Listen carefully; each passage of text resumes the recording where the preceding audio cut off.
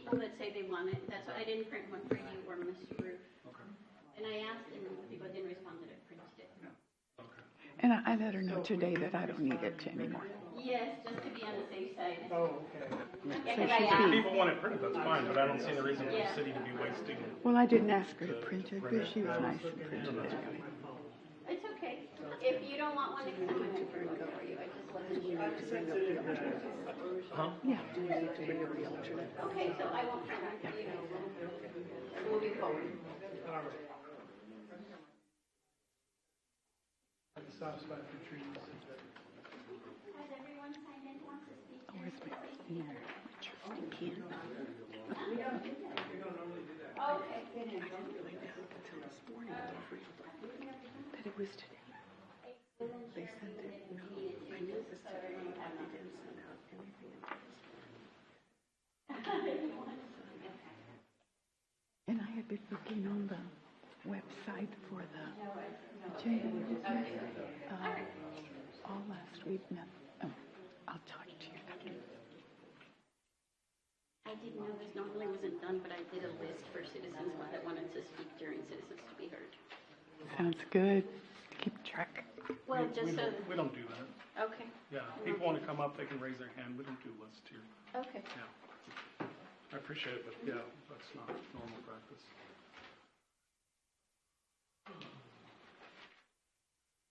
I guess you haven't been around too long.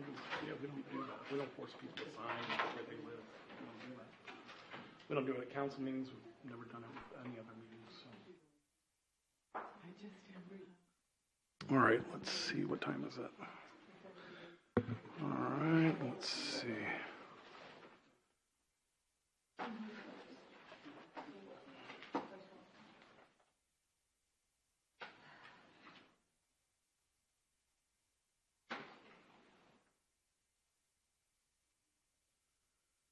Okay, it is 6:31, and I'll call this Leon Valley Planning and Zoning Commission meeting to order here on 3/25/2025, and we'll do the Pledge of Allegiance. Pledge allegiance to the flag of the United States of America and to the republic for which it stands, one nation, under God, indivisible, with liberty and justice for all. All right, very good. All right, Mrs. Huerta, if you can take attendance.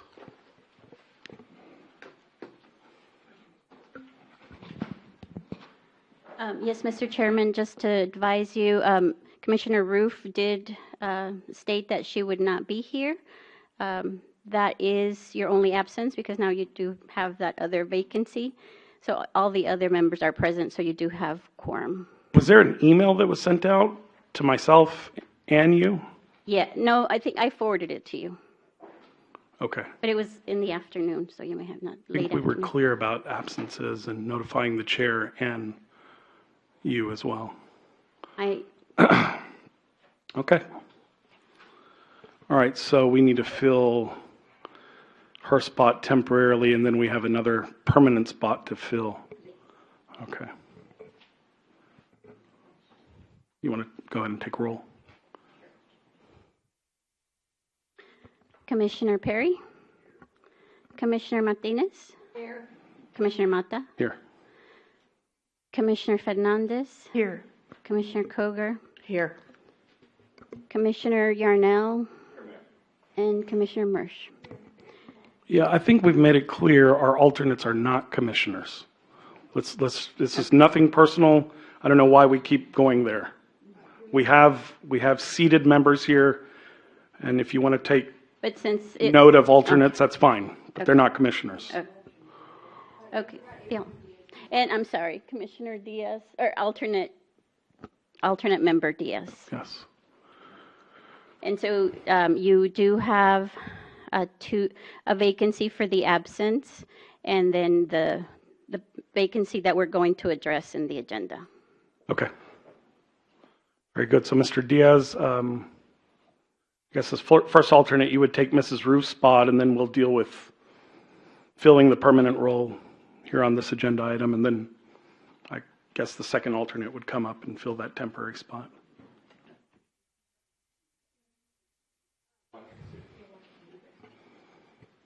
I just for procedural process. So you have to fill alternate 1 to go up there. Then whoever your alternate 2 is sits in to fill for Mrs. Roof right now. Okay. So you make that clarification. Then you move on to your next agenda item, which is filling your permanent role. Okay, so our second alternate is Mr. Yarnell or Mrs. Murch? I have no. Okay, so Mrs. Murch, would you like to come up and, let's see, you're feeling, I guess it doesn't matter whose seat they're filling at this moment. No, it's just a matter to make sure that all of your seats are filled. Okay. We need to pull a chair around. Mr. And Perry. so you can put him, it doesn't matter where Over here. it doesn't matter where they sit. It doesn't, y'all aren't voting by precinct or anything like True. that. Y'all are at large, so it doesn't really Okay. matter. All right, good deal.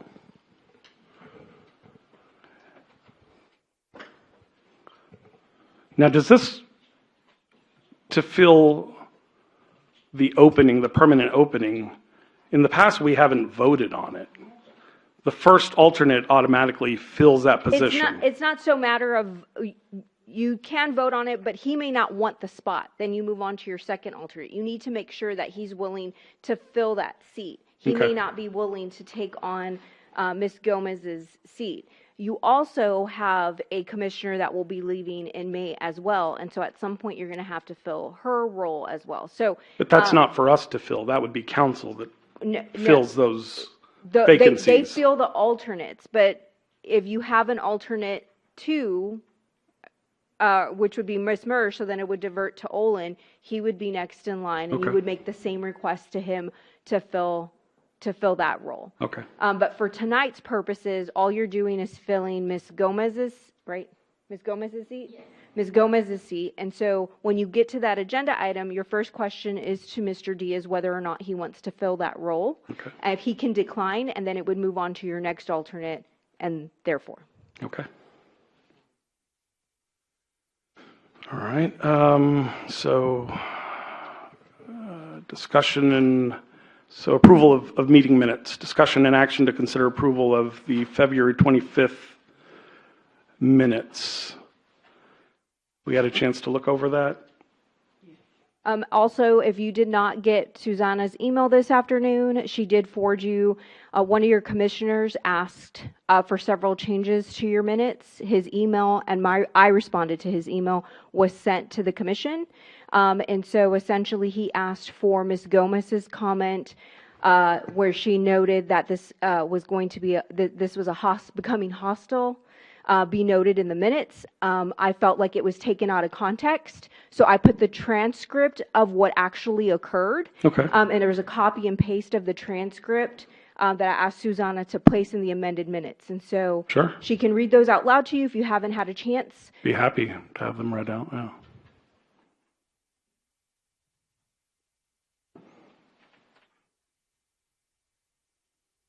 Although, I'm just curious, if we're on approval of meeting minutes, was this something that was included in the minutes that were prepared? No, so in the original minutes, it was left off. You can vote as a commission, as I mentioned to Mr. Yarnell, not to include this. So the original minutes that you had, there was 2 changes. He asked for his request, that Mr. Diaz's request be put in the minutes. I said from a staff perspective, we were not going to recommend that change. However, he could come up here and ask the commission to make that change to the minutes, but we weren't going to do that because then it would be a never-ending cycle. Then does that request of the request of the request go in the, like it's no. So I declined that change. The second change was Ms. Hilda Gomez requested at the meeting that it be noted that the situation at the time was becoming hostile. However, if we would have just put that sentence in there, the minutes would have been taken, in my opinion, out of context. So I put the transcribed minutes in there. Those were emailed to y'all. And it basically states, Ms. Gomez began speaking without requesting to be recognized. I, in the parentheses, put in the minutes, the time of the video. So at 26 seconds of the video, you see Ms. Gomez speak. You address Ms. Gomez. It says Chairman Mata stated you need to be recognized. I think I'm being fair with everyone on that.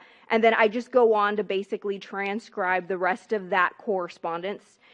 So that way we normally do not transcribe minutes. These are considered action minutes. But the only reason I put the transcription of that interaction is it's just plainly putting Ms. Gomez's statement in there, in my opinion, took that section out of context. Because if I would have just put in there, this situation is becoming hostile, nobody would have understood that she did speak before being addressed. Multiple times. And so I felt it was appropriate to put in the transcription of that interaction in the minutes if the commission wanted to do so. You don't have to put that in the minutes. You can take the original set of minutes and not even include. Yeah, I'm just wondering, my concern is we're setting a bad precedent that we're not basing the minutes off of the meeting. We're basing it off what certain people that have a biased viewpoint on certain issues that come up, whether it be alternates versus commissioners, and they have their agenda that they want to push, and that's part of the record. It would be a never-ending story in regards to that. So that is completely up to the commission. Staff will continue to write minutes as action meeting minutes. However, the commission has the authority at any time to request something be noted in the minutes. Ms. Gomez did request that it be noted in the minutes. We didn't note it in the minutes. I try really hard what I consider to air our dirty laundry. It doesn't look good to the community. Like, the idea of the meeting is city business, and to make sure that the city business is accomplished for that meeting and what the motions and the actions are of the meeting. That's staff's responsibility to make sure that that's put into the minutes. The other interaction, in my opinion, is political in nature. We don't correct for that. The video exists. If anybody wants to go and see it, if anybody wants to use that for political purpose, they can certainly go and take that clip of the meeting if they so want to and share that however they wish. But when I get asked to note something in the minutes, the only thing I'm going to note is actually what happened. So I will oblige, or I'll let the staff oblige by taking things outside of the action set of minutes and putting a section in that's transcription, if the commission so chooses. Y'all can vote to either take that amendment or not. We can delete it or we can leave it in. All right. I will recommend that we take a vote on this. So I would look for a recommendation. Yes. Mr. Chairman, I move that we approve the February 25th, 25 minutes, February 25th, 2025 minutes as originally had been placed on the agenda. Without any of the... Yes, without any corrections whatsoever. All right. Do we have a second? Seconded. Okay. All right. Would you like to take a vote, Mrs. Huerta, on this? Sure. Starting with Commissioner Mersch, if you can say aye or nay, and then move forward from right to left. I agree, yay to the accepting the minutes as written. Wait. Well, I want to be clear. Do you want to repeat that? You said originally. Do you want to expound upon that, just so we're all clear? Without any of the hoopla, I'm sorry. As submitted by staff. As submitted by staff. Without the personal... Yes, the way they, accept the minutes as presented as they were in the packet. So I vote yes to accept as initially presented.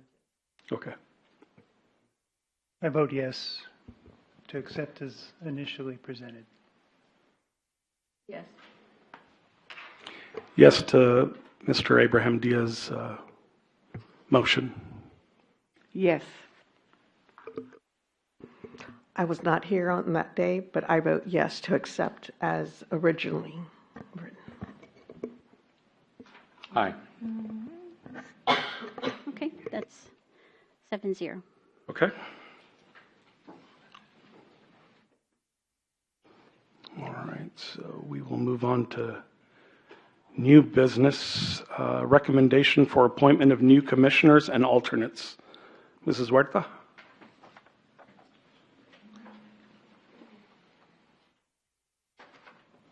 Yes, the code of ordinances in section 1.06 mentions about board appointments and succession. So the commission, since we had the resignation of Commissioner Gomez, it creates an open seat on the Planning and Zoning Commission. And so we need to follow the procedure that's in the code, and the Planning and Zoning Commission can make a recommendation to council on how you would like that seat to be filled. Yeah, this is where Chairman, have a I question. I thought we took care of that here in regards to filling a void. Alternates are there to step up to fill, Yes. whether it's on a temporary meeting where there's someone absent or a permanent basis. That's how I understand. There's a succession that happens. And that's Yeah. why there's first alternate, second alternate, third. So, I can read you that section. That's how I was interpreting it. It says, for boards and commissions that have alternates, if a member position becomes vacant, the chairperson of that board, committee, or commission may ask the first alternate if he or she wishes to become a regular member. If the alternate consents to the appointment in writing, the board, committee, or commission shall vote to approve such recommendation and submit that recommendation to the city council that such alternate be appointed as a regular such alternate be appointed as a regular member and forward the written consent of the alternate. okay. So the council always has to vote. That's why there's a difference between member, Okay. member, and commission members. The council still has to vote to make alternate one a regular member. I see. Okay. All right. I just remembered it differently. I thought, so it doesn't really get in the way of having Mr. Diaz come up and sit today. Okay. All right. Very good. And I'm just curious, Mr. Diaz, where do you stand on being appointed as a permanent member? I agree. Okay. Very good. All right. So do you want to take a vote? We're going to vote on. Somebody needs to Okay. make a motion. I'm looking for a motion on this matter. And a second. I move that we recommend Mr. Diaz to fill in the spot opened by Ms. Gomez. Very good. I'll second. I'll leave. Oh, yeah, sorry. All right. All those in favor, say aye. Aye. Nay? Okay, the ayes have it. Very good. So And this just will, as a reminder, when you're making motions, speak into the mic, please, or when you're speaking, so the recording can catch it. yeah. I'll note that it seemed to be unanimous. So, okay, yes. Mr. Chairman, just real quick, do I need to, you said in writing, am I supposed to send an email or something? No, we have it on record. It's fine. Okay, I mean, they asked you, we have it on record. We'll just note it in the minutes that you were asked in. okay. I just want to make sure I'm supposed to do what I'm supposed to do. Thank you, sir. Awesome. Welcome. Okay, second item under new business, presentation and possible action to approve an amending subdivision plat of the correction plat of Linkwood Addition subdivision establishing Block 41, Block D, CB 4446A for approximately 0.4 acres located at 7500 and 7504 Linkside Drive. Mrs. Huerta? Yes, this is a request for an amending plat at the intersection of Linkside and Linkcrest. It's approximately 0.427 acres. It has an existing home and a shed on the property. It's made up of lots 1 and 2, Block D, CB 4446A of the correction plat of Linkwood Addition. They are proposing an addition to the existing residence, and the owner is required to amend his plat in order to allow the proposed construction, because otherwise he wouldn't be able to follow the setbacks. So this amending plat removes the lot line so that they're not encroaching on the lot line. It'll create one lot instead of two.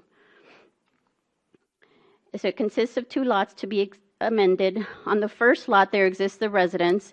On the second lot will be the proposed addition in the existing shed. And these structures, this lot has access to both Linkside Drive and Linkcrest Drive. This is an aerial view of the property. This is that second lot and where the addition will go. This is the existing residence and the existing shed. This is the proposed site plan. This shows, this is the addition proposed for the house. And see, right here would be the existing lot line separation, existing shed and existing house. This is the proposed amending plat. You can see up here on the left-hand corner where it shows the two separate lots that are going to be converted into one here. The city engineer reviewed the amending plat and determined that the plat is in substantial conformance to Chapter 10 subdivisions, with the exception of meeting the requirements of the sidewalk installation. The applicant is requesting a variance to this requirement. He's requesting a partial variance, and I failed to add this to the packet. I added this today, so you won't see it in your packet.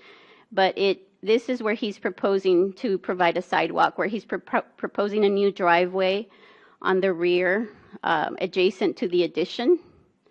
And so he's proposing to only provide a sidewalk along the length of that back, previously existing back lot.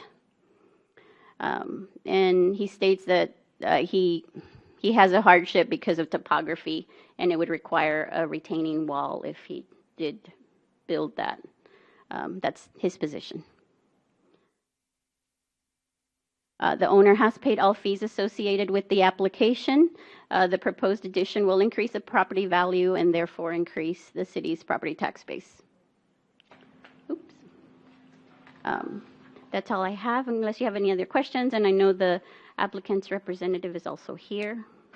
Just out of curiosity, so where does the city staff stand on this replatting? Any issues or? We don't have any issues with the plat. It's an amending plat. It's pretty simple. It's just removing a lot line. Sure. Then the only question is we do promote walkability, and hence the requirement of the sidewalks, which is in the ordinance. That chapter does state that even though I'm not sure, I couldn't find why the existing house doesn't have a sidewalk. It was built in 1971. It may have been because our subdivision ordinance came into effect in 68. You're saying this home was built in 71? Yes, it started. That's when they applied for their permit. I think it was finalized in 73. Okay. I'm not sure. I couldn't find why they didn't have a sidewalk, because if you notice, like across the street, they have a sidewalk. Over here, they have a sidewalk. There's a lot of Linkwood that doesn't have sidewalks. Adjacent, yes. So I'm not sure. It may have been missed. I'm not sure. But that is a requirement when you build. Yeah. Okay. And they would be required to put a comment on a note on the plat saying that they will put a sidewalk in during permitting. And so that's actually when they would have to put it in, during the building permit process. So when they applied for the permit for the addition, it would trigger the requirement of the sidewalk. But since they do have a corner lot, they would need to provide it along both sides of the street, along both streets. And you're getting any indication that that's going to be an issue, or? Well, that's the request for the variance, that they would like to only provide it along the back Just side. that back corner there? Yes. And they're stating, and the engineer can speak to it more, but they're stating that because of the topography would make it difficult and would make it to where they needed to build a retaining wall to build the sidewalk. And so it would be more costly.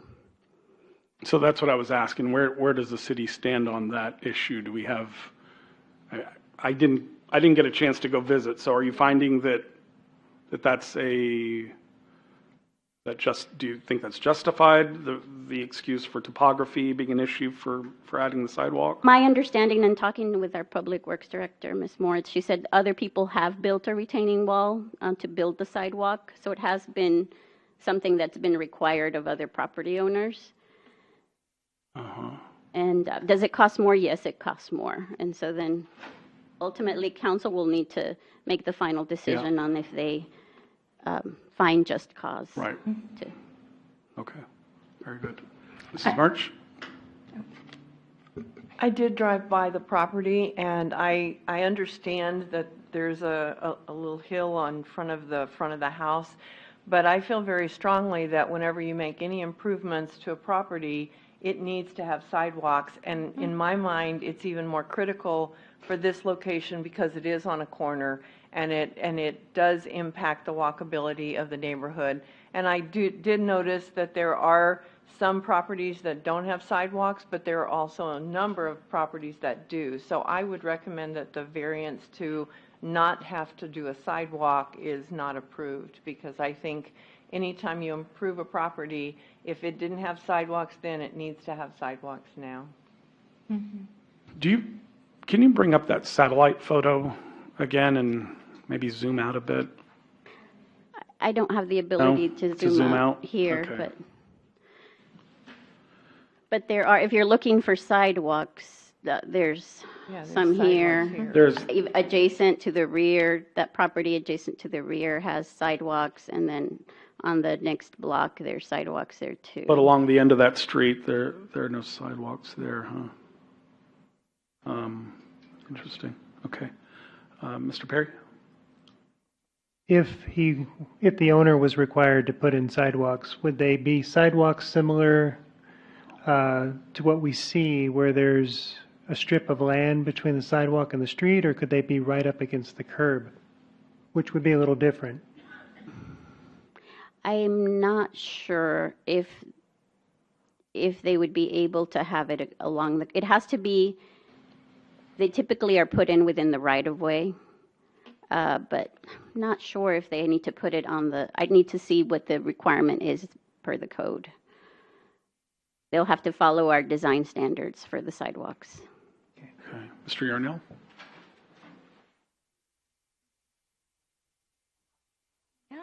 I think it would.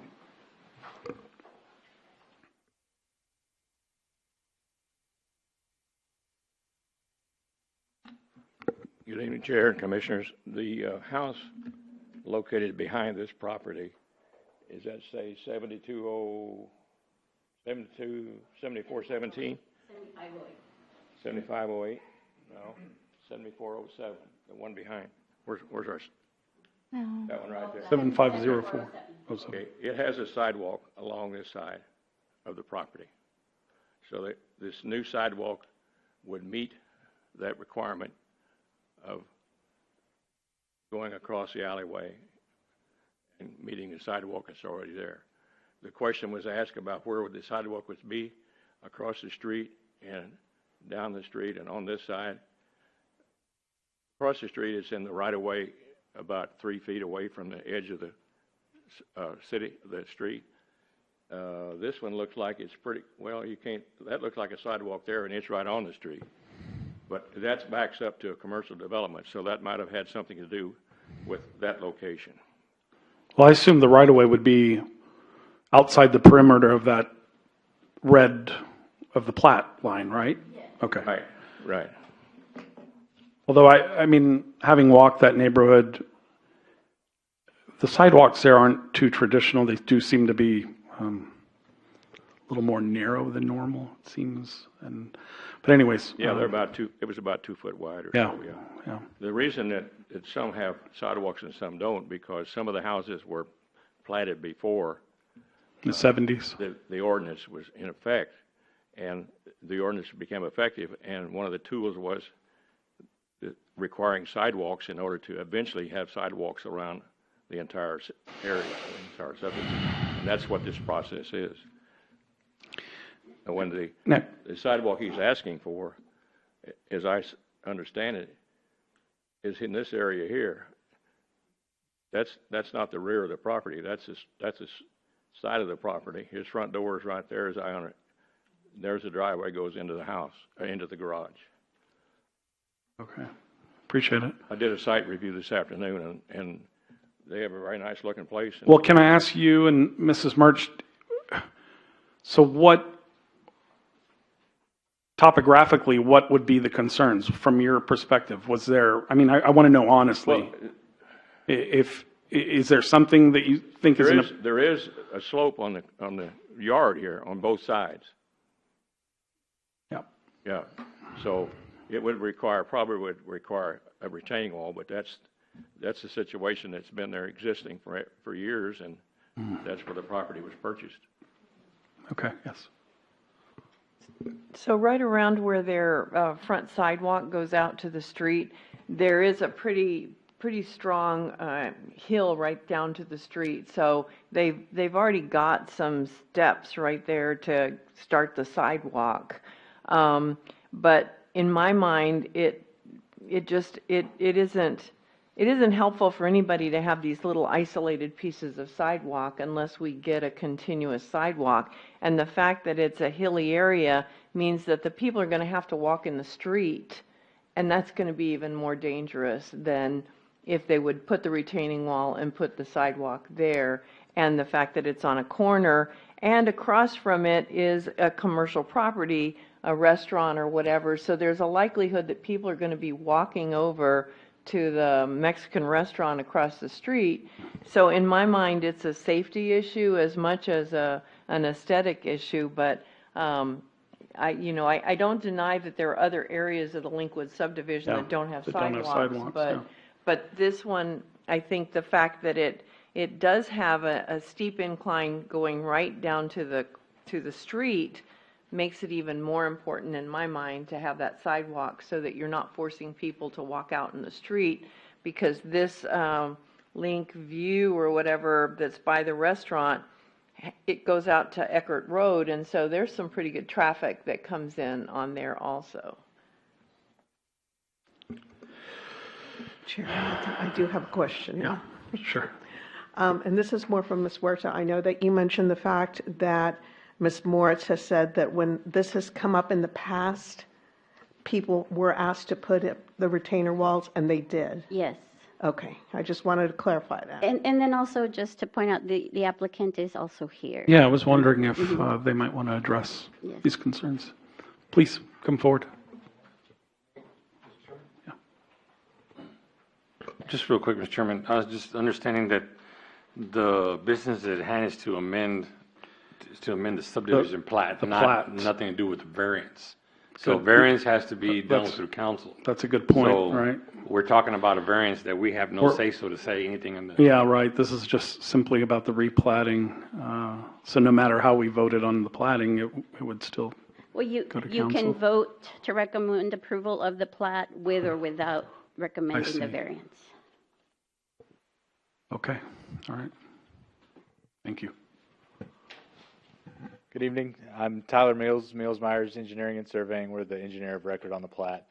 I'll speak a little bit to the topography. There is a steep hill that comes down. The retaining wall on the back side would be about, most efficient way to do it would put the sidewalk attached to the curb. And then on the back of that sidewalk would probably be a 3 to 4 foot retaining wall. Maybe less in some places. But when it comes to ADA requirements, they would probably also have to rebuild their driveway. It's probably a steep driveway beyond that 2% cross slope. So they'd have to cut out a section, regrade it, re-pour the driveway. Hence the variance request. It is a challenge when it comes to topo, and there's obviously it's a corner lot, so you're dealing with two sides of the lot. So just wanted to expand a little bit further on the reason behind the request. It's justified. It's a pretty steep lot. Thank you. You have any other comments? Sure, yeah. State your name and generally where you live. I mean, I guess that's obvious, right? My name is Jim Garcia. I'm the homeowner. My wife's here also. And with the variance, we are willing to do it on that one side where we're going to put that driveway.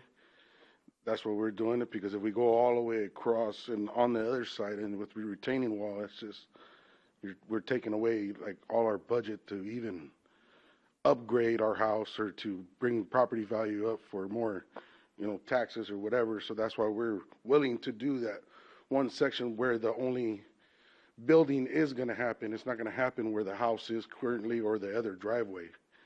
We just wanted the variance to put the sidewalk where we will be doing construction with the driveway going up on that one side over there. Okay, yeah. You have a question, Mr. Perry? And, Go ahead. and also, because if this plat, it goes through and we still have to do the variance and everything, then there's no reason for us to even do anything because we would still have to do, we're requiring us to do it around the whole property. That line, to me, it's, okay, I got to put a football field's worth of curb and retaining wall around the whole property, and I'm only building on that one side there, not around, no buildings coming around the side street over here on this side. And the retaining wall, using that red line as a reference, where would it sit? Would it sit in line with that plat line or further out towards the street? Well, see, the next door neighbors, their sidewalk goes all the way up to the curb. Yeah, I see that. The sidewalk that's by the alleyway, it's up 2 or 3 feet. So it's gonna be jagged. So we have to make it look right in the front and then make it come back around again on the side. Yeah, do you guys need him to point it out? Can you give him the pointer just to? Well, see, their driveway, their sidewalk goes all the way to the curb.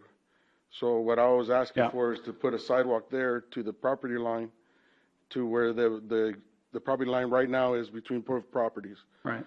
Put the sidewalk there and a retaining wall where I'm going to put a driveway going into the addition over here. And then from this area here, there wouldn't be, because it's a lot of concrete and it's a lot. I wish I could do it. But it's just, but if the replat goes through and then the variance later says that I got to do that, then I'm not going to build. I can't build. There's no reason to build because I can't access that side. Because I wanted to change my garage onto that side over there because of the traffic that comes through here during rush hour. Really? Cutting through? It's cutting through that neighborhood, coming through the Valero and everything. It's dangerous to back up there because all those cars I've talked to PD, Leon Valley PD a lot of times too. And they do sit there, but the traffic going through there in rush hour, it's nuts. Yeah. So that's why I want to move my garage on the other side over there. Over on the other side with the driveway and asking for that retaining, and I'll put that retaining wall and sidewalk on that side. It's just a lot to do it around the whole property. That's a lot. So what you're saying is pretty cost prohibitive Yes, to go all the way around. Okay. So that's your, okay. I think Mr. Diaz had a. Go ahead, she was before. Okay. Oh, okay. All right. Mr. Chairman, I think to me it's kind of it doesn't make sense that if we're replatting these 2 lots to become a single lot, why would you put only a sidewalk over what used to be a different lot, but now is part of your main lot?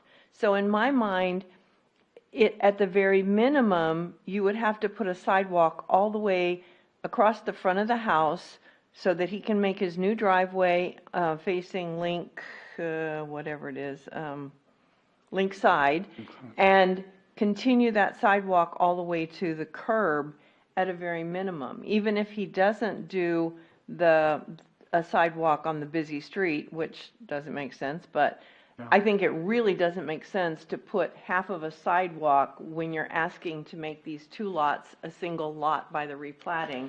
It needs to go all the way. I understand. You want to? I wish I had the money to do it. That way it could be safe for everybody. But if I can't,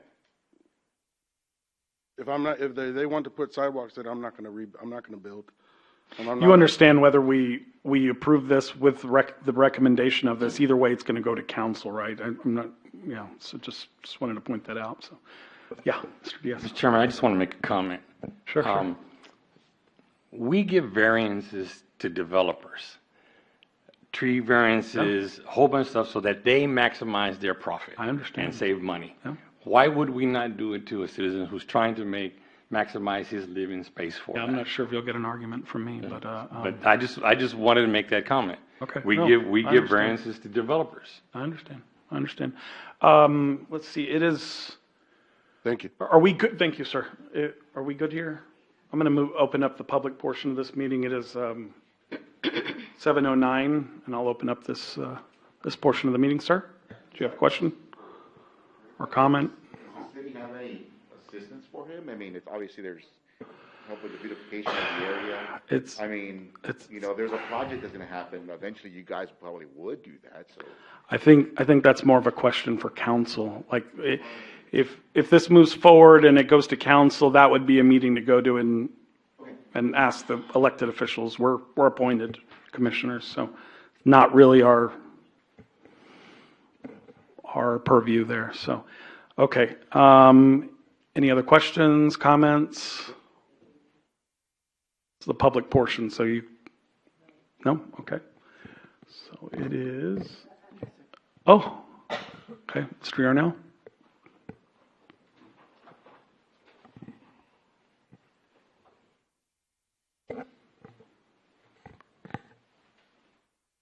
Recognizing Councilor Diaz's comments, let's see if we can work on a solution here that's good for everybody. They made comment about if they have to have the sidewalk on the driveway side, that's going to create a situation where they got to change out the driveway and other things.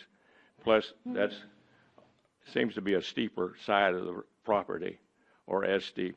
What about if we just ask for a variance on the front side, which is Linkside Drive?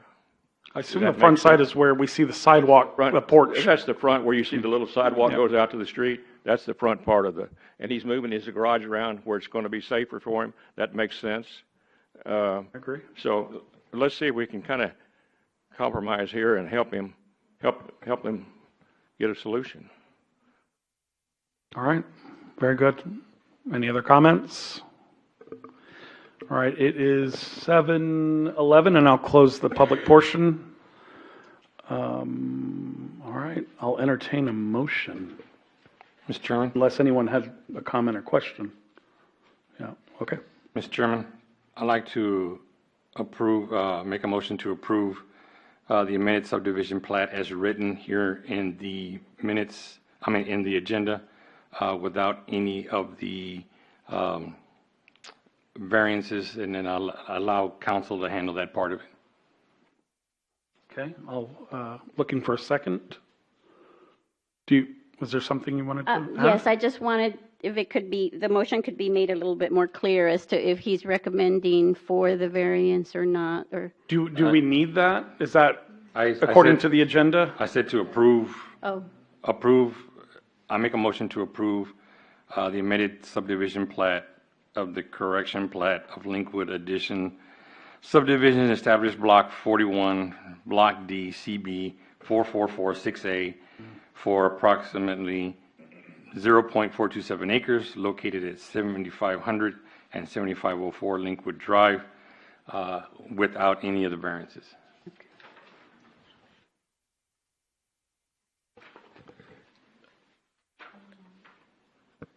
Do we want to have any discussion about that, or do I have a second on that? Need a second.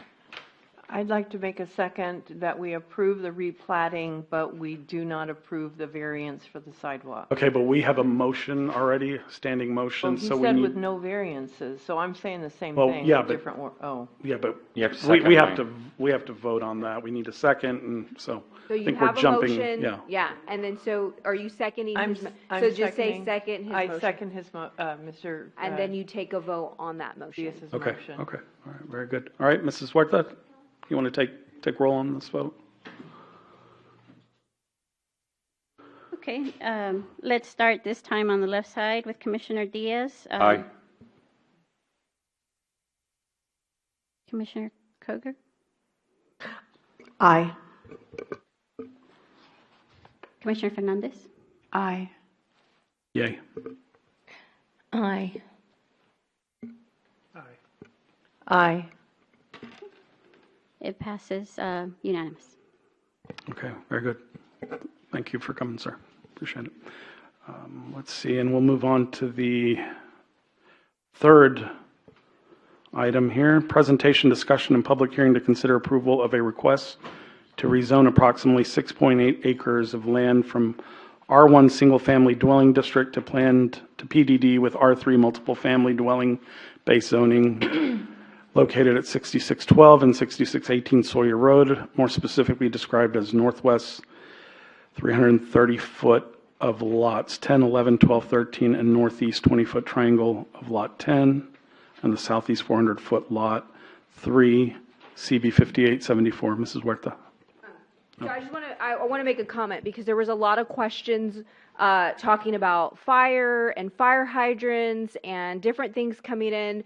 The responses to those have been forwarded to the commission. However, I want to remind the commission this evening, your role is not that. Your role is not to determine whether or not fire hydrants are 5 feet apart, 10 feet apart. Your role is not to discuss stories, how tall the building is, what the building looks like. You are here to determine use, whether or not the PDD project is in line with the use of that property, of that zone.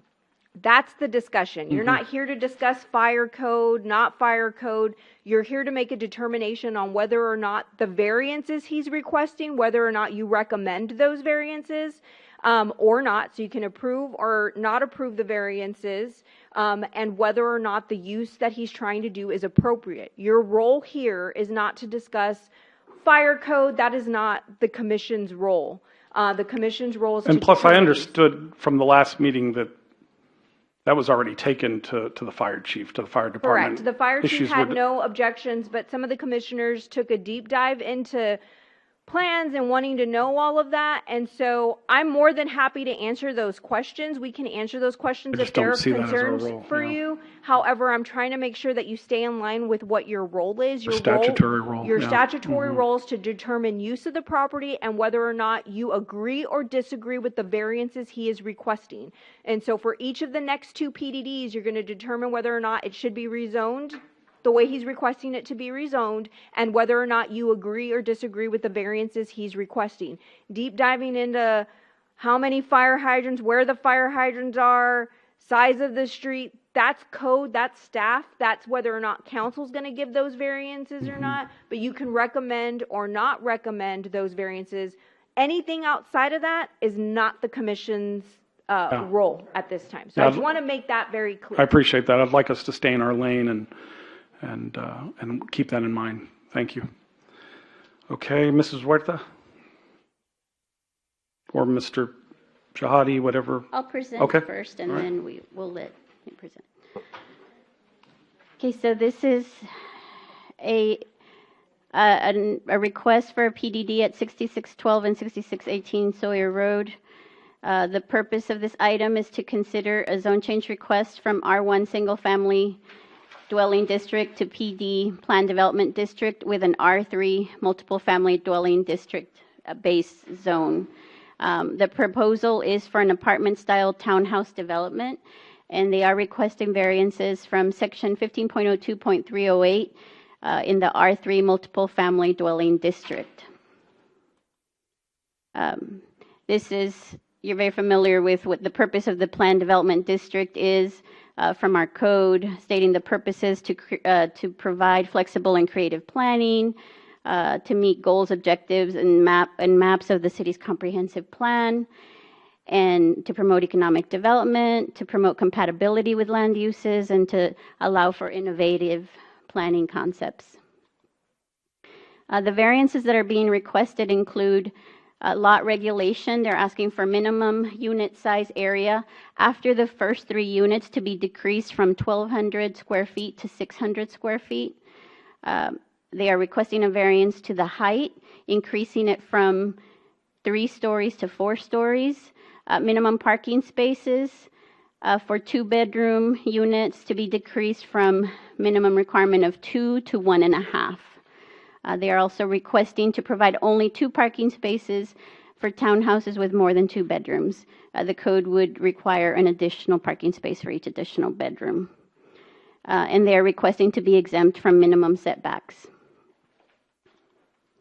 This is the location of the property all along Sawyer Road. It has these 2 tracks here. This is an aerial view of the property. It was residential properties with some additional structures, very heavily wooded property. The surrounding zonings, it includes to the north, there's B1 small business, B2 retail, R1 single family dwelling.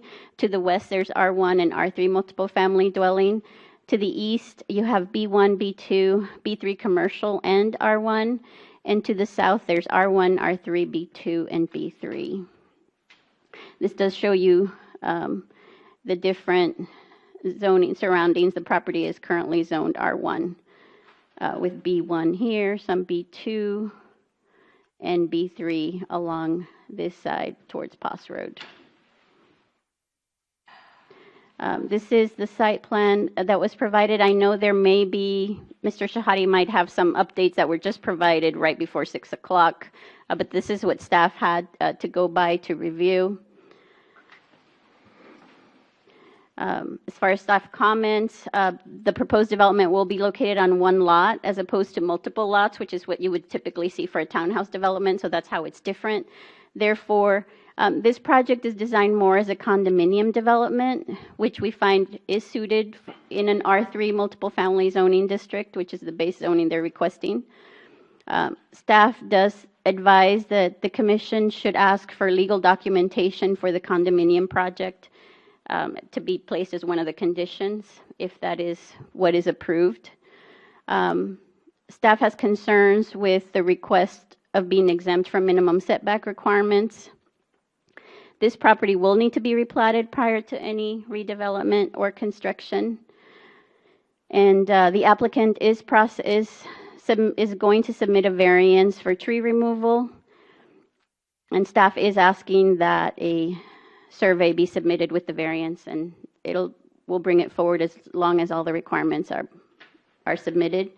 And I'm sorry. Ms. Huerta, just out of curiosity, why would we require a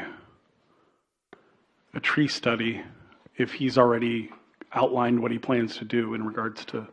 That is part of the code. That is part of. Done that in the past? Yes. Anytime you do a development, it is one of the requirements that you submit a survey, a detailed survey with all the trees, showing where all the trees are located, identifying the species, identifying the size, condition. Yeah. Okay. Oops. Sure. Sorry. Ms. Huerta? Yes. I just got recognized to ask a question. Can you go back to the previous slide where it says that the staff advises commission require legal documentation for the condominium project? What would that entail, and what's the rationale for that? Whenever you do a condominium project, there's legal documentation called to create a condominium regime. And it's a legal document that says all the property owners are going to share interest in all the improvements. They don't own any land underneath. I believe the wording is like they own paint to paint. Okay. So this is more typical, since it's one lot, it's going to be owned by many people. Yes, but they won't own the land underneath. They will not own the land. No, it'll be all shared common interest. Okay. And what was the objection with the setback? The setbacks that were being, well, one, the site plan we had did not identify what they would be set back. So it would mean that they would build right up to, like here, it kind of looks like it's right up to the property line.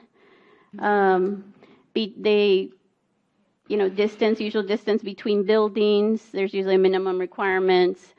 Sometimes for visibility along the road, for aesthetics, to make, that everything is similar in setback to the adjacent. I understand what you're saying. Thank you. I wanted to say that the setbacks are important, especially when you're driving around the building, because you're going in blind if you don't have the setback. Okay. Can we go back to the list? I think that was it. Okay. Yeah. Let's finish up this. Okay. Staff has concerns with, like I said, the minimum setbacks. And we advise that the condition be placed on the site plan that it not increase the units by more than 10% without council approval. Thank you. The master plan contemplates for properties along Sawyer Road to be zoned R2, R3A, R3, or R4, which is consistent with the proposed use of the PDD request as a townhouse-like development, and the request is consistent and compatible with the city's master plan.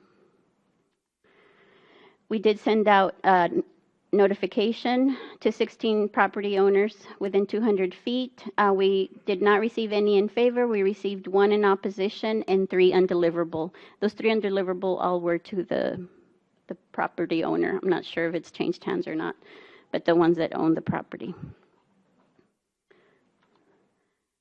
All fees associated with this rezone request has been paid. The development of a multifamily development will increase ad valorem and sales taxes in the city. Staff recommends that the applicant revise their variance request to provide minimum setbacks, that the project be held to a submitted site plan, an increase in more than 10% will require council approval. An increase in the number of units will trigger a TIA study. They barely met the threshold to not require a TIA study, so any increase would take them into needing a TIA, which might bring in other requirements.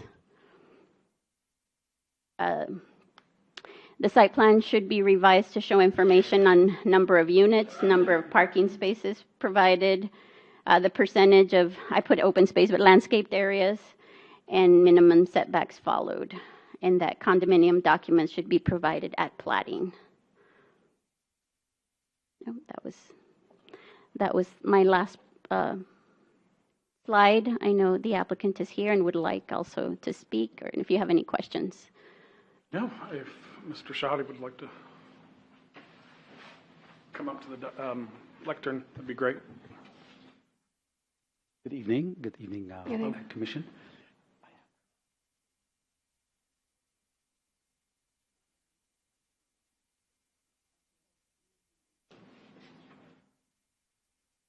All right, so I just wanted to address some of the comments. We have received the comments from the staff comments upon publishing. We had conversations with Ms. Huerta.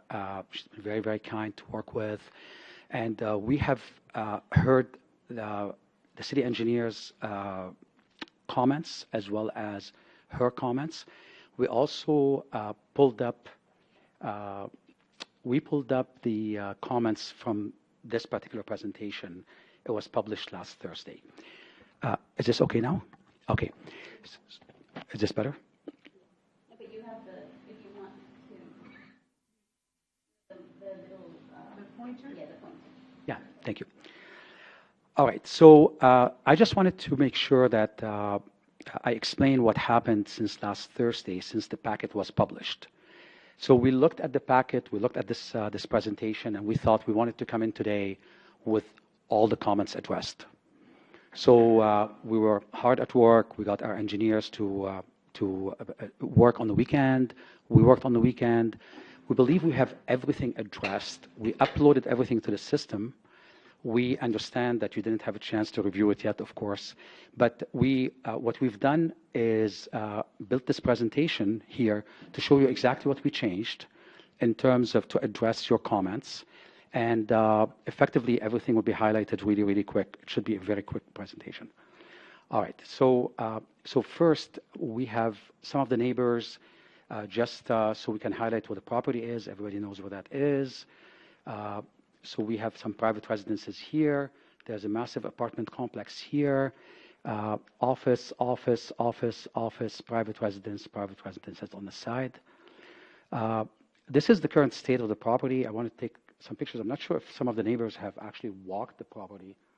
If you haven't, I advise you should. You have our permission. We allow you to just go ahead and do it. Effectively, sorry. We'll finish this, and then we can take all the questions.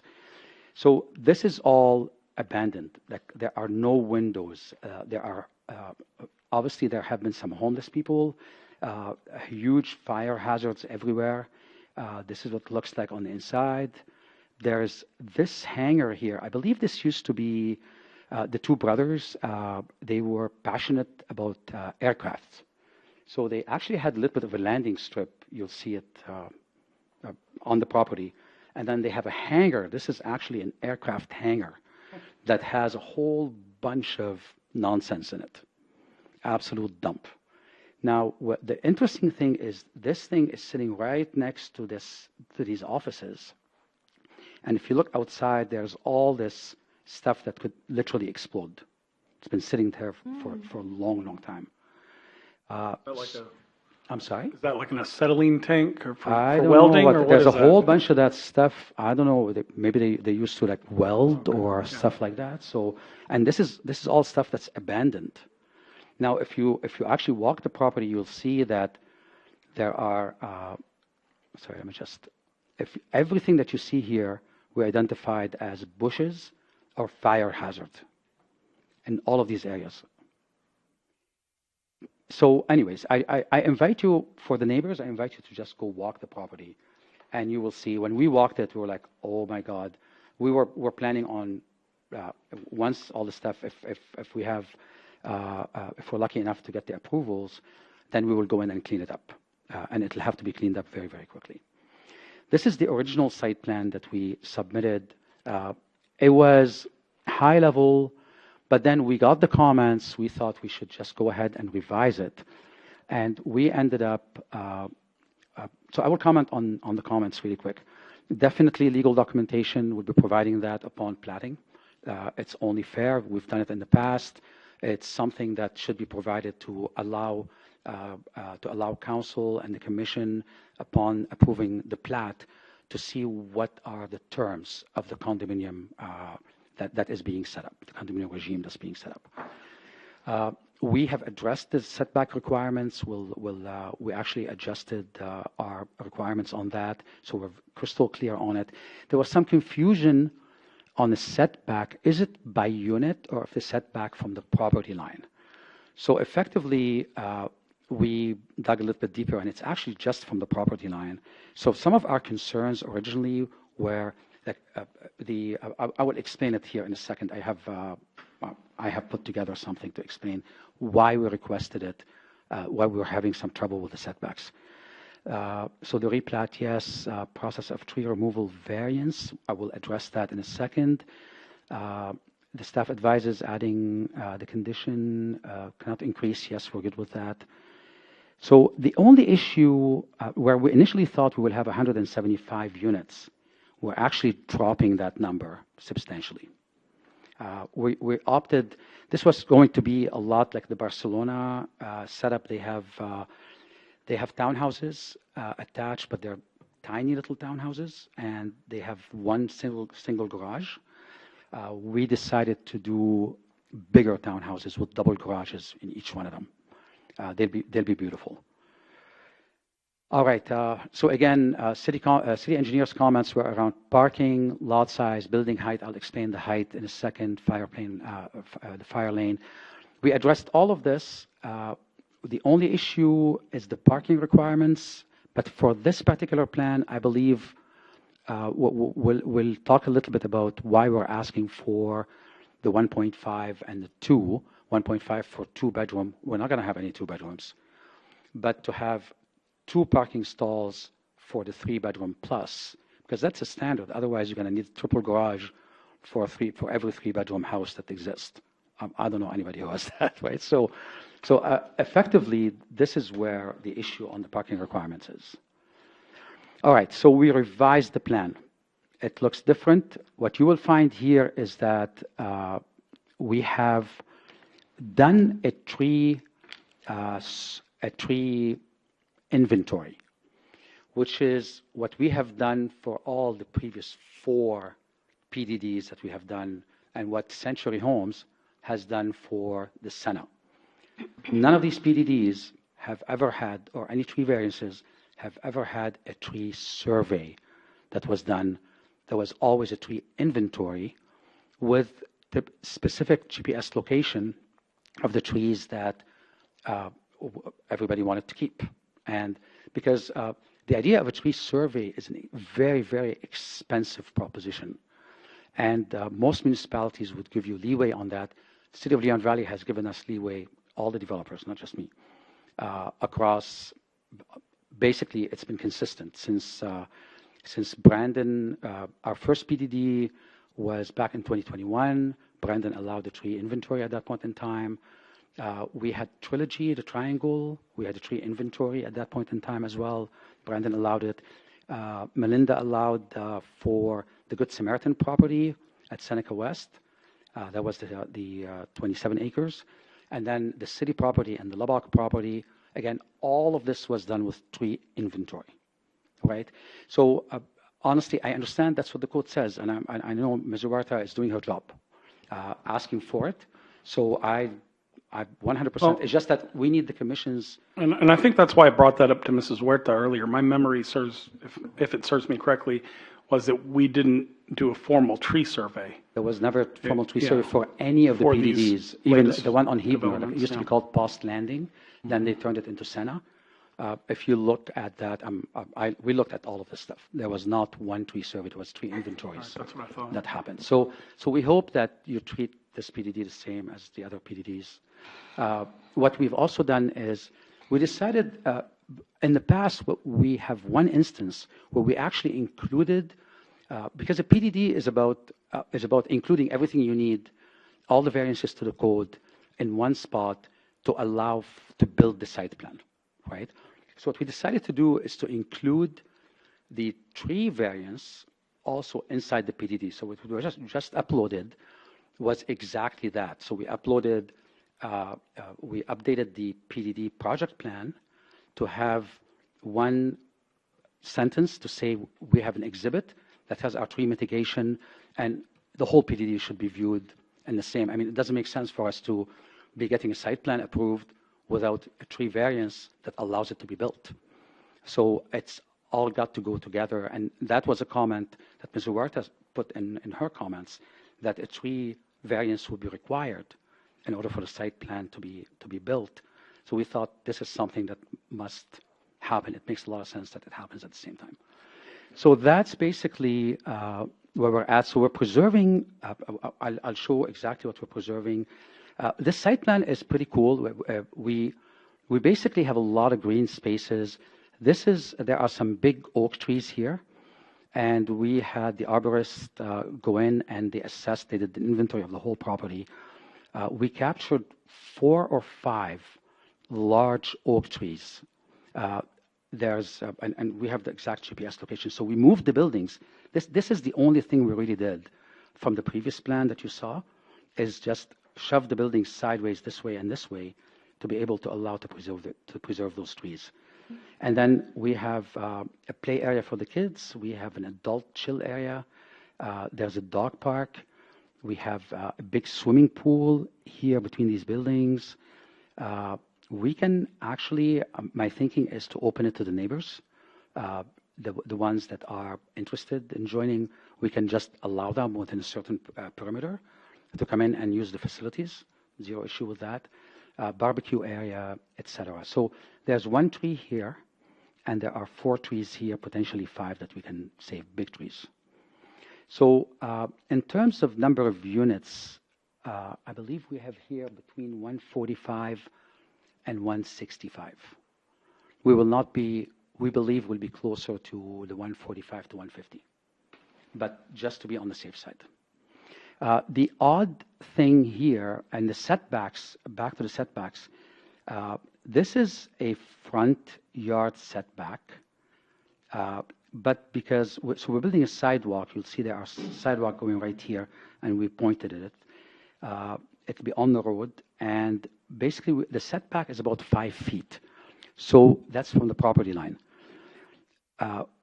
Here on this side here, it's the same thing. So that's, this is a deeper lot than all the other ones. So we're gonna have bigger, deeper townhouses on this side. This is the fire plan. I'm not gonna go there. It's very technical.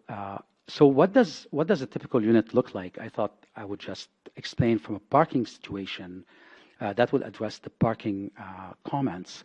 Each unit will come with a double garage. So the double garage is accessed from the alley. The front will not, so the front will be pristine. You'll be walking there, there'll be no garages in the front, little gardens in the front. We're going to offset, we're working with the architects right now to offset these townhouses. I think the neighbors will quite enjoy walking through.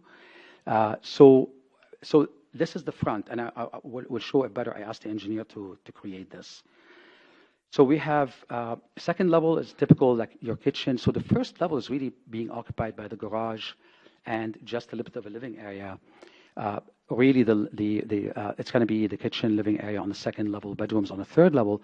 Why the extra height is we're thinking to put a rooftop patio on the very top.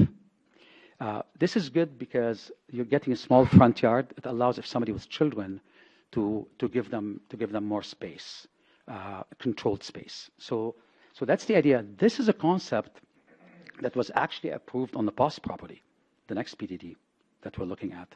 That's why we have 4 stories already allowed on that property for this exact purpose.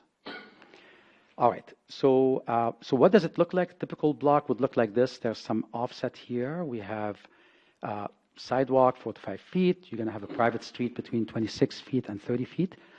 And then you're going to have an alley in the back to access the garages.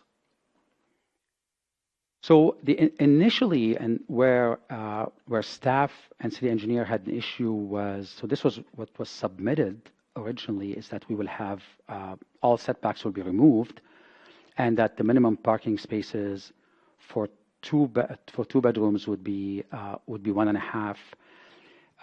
This requirement here for more than 2 bedrooms, adding an extra stall for every extra bedroom.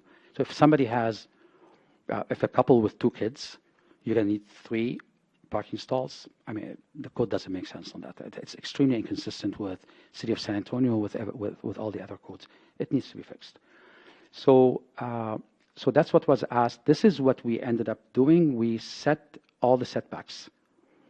And there was an issue with landscaping that Ms. Huerta was asking us about to make sure that our ratios work. So we just put minimum ratios. Ultimately, the site plan will be approved or not. We're not going to be able to change the ratios. We just thought you all and council would approve it, looking at it. The exact mathematics of it, based on the code, we just set it low. But on the plan, you will see that we have open spaces of about 17%, I believe, the way it stands. So, okay. So the current language, so what we just uploaded today, we just changed, I'm sorry, just do this here. We just changed some language that basically, the only thing we added is that the site plan, if there is a conflict between the site plan that's being approved and the code, that the site plan supersedes, which is something we have included in the past, but we have not included it in this particular PDD.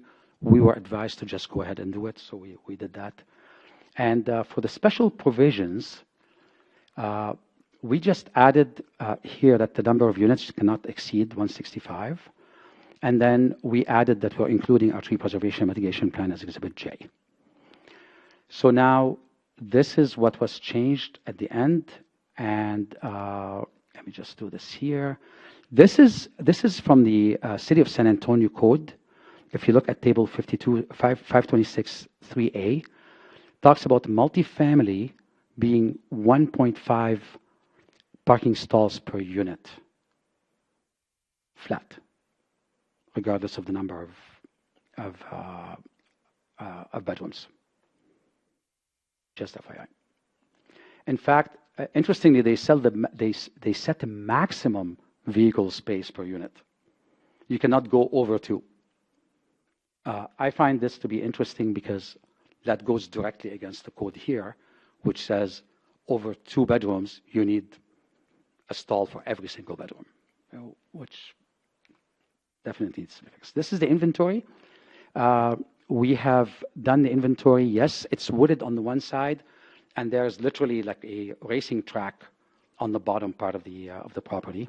So you look at there's about 102 invasive trees on this property, a whole bunch of dead trees fire hazard.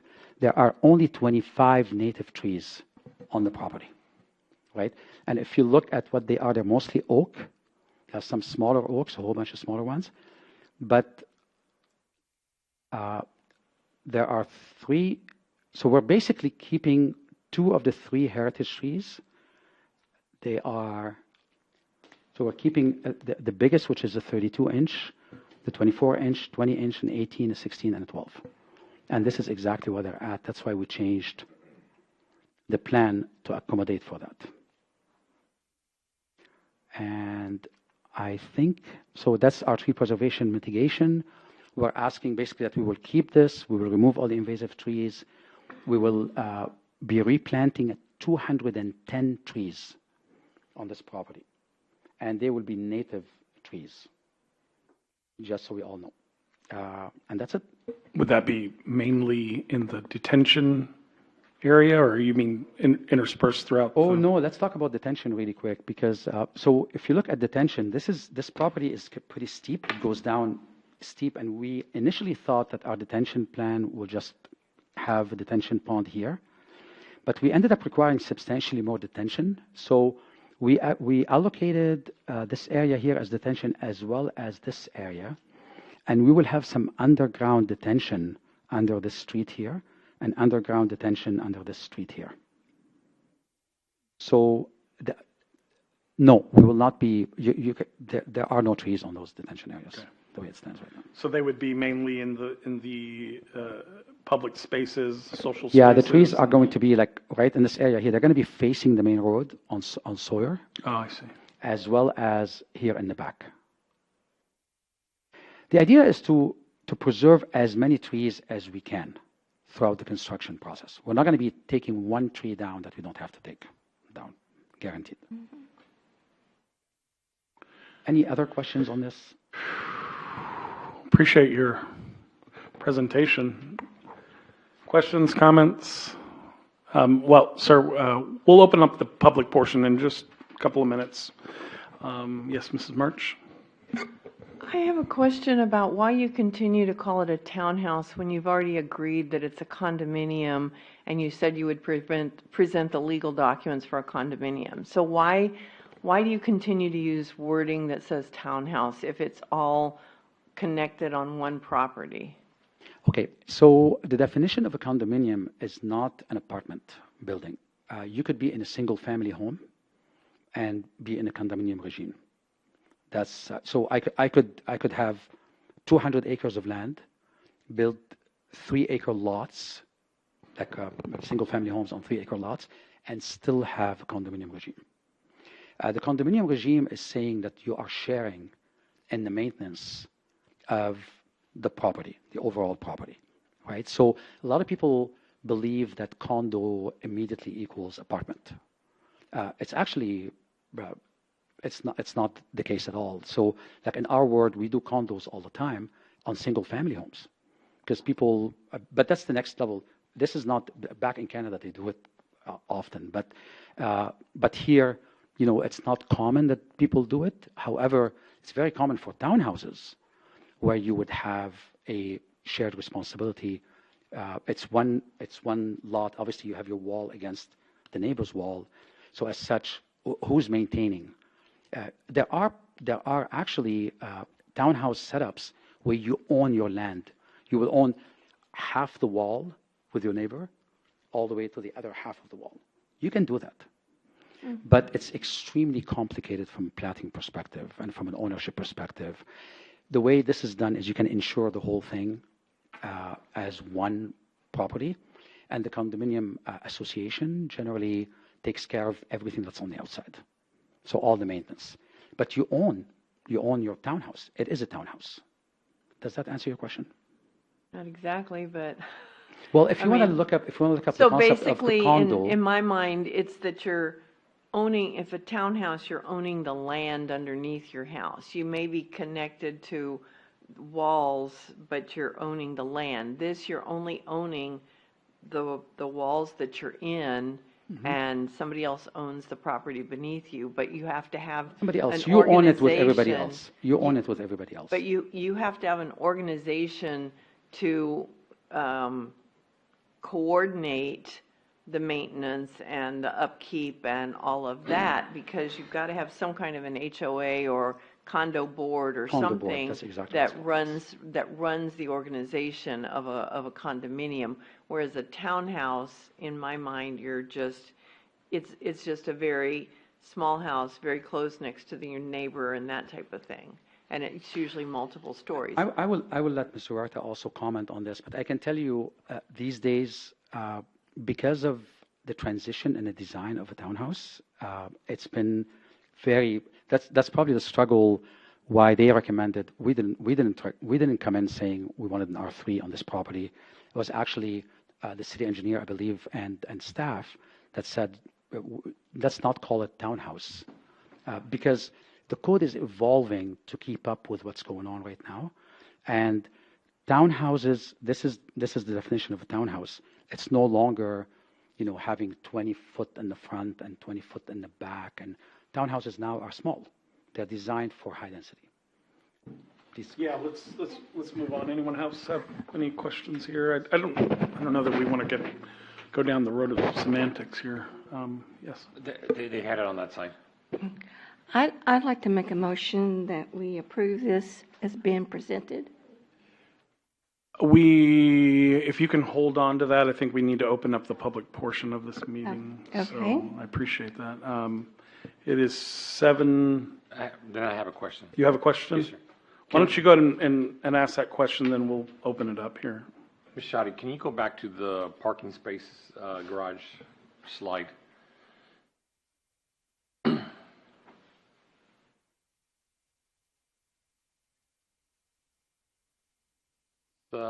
Yeah, keep going.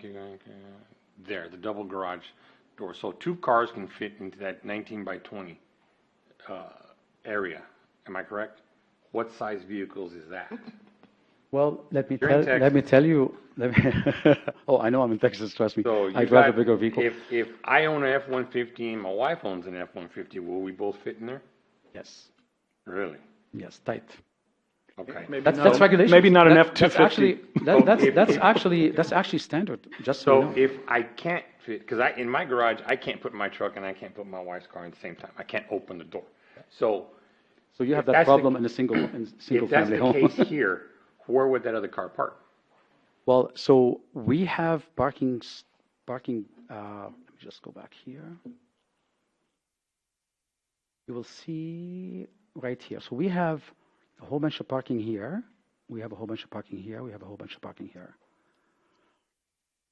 Available for those situations. Okay. Very good. Thank you, Mr. Chairman. Of course. Any other questions? Yes. So, thank you, Mr. Chairman. So is that parking that you're showing within the complex, is that both for residents that may not fit in their garage as well as guests? Yes. And is there room for a car to be outside of the garage but in the driveway and not sticking out into the street? No, but so this is where maybe Ms. Huerta wanna add her 2 cents. So we have different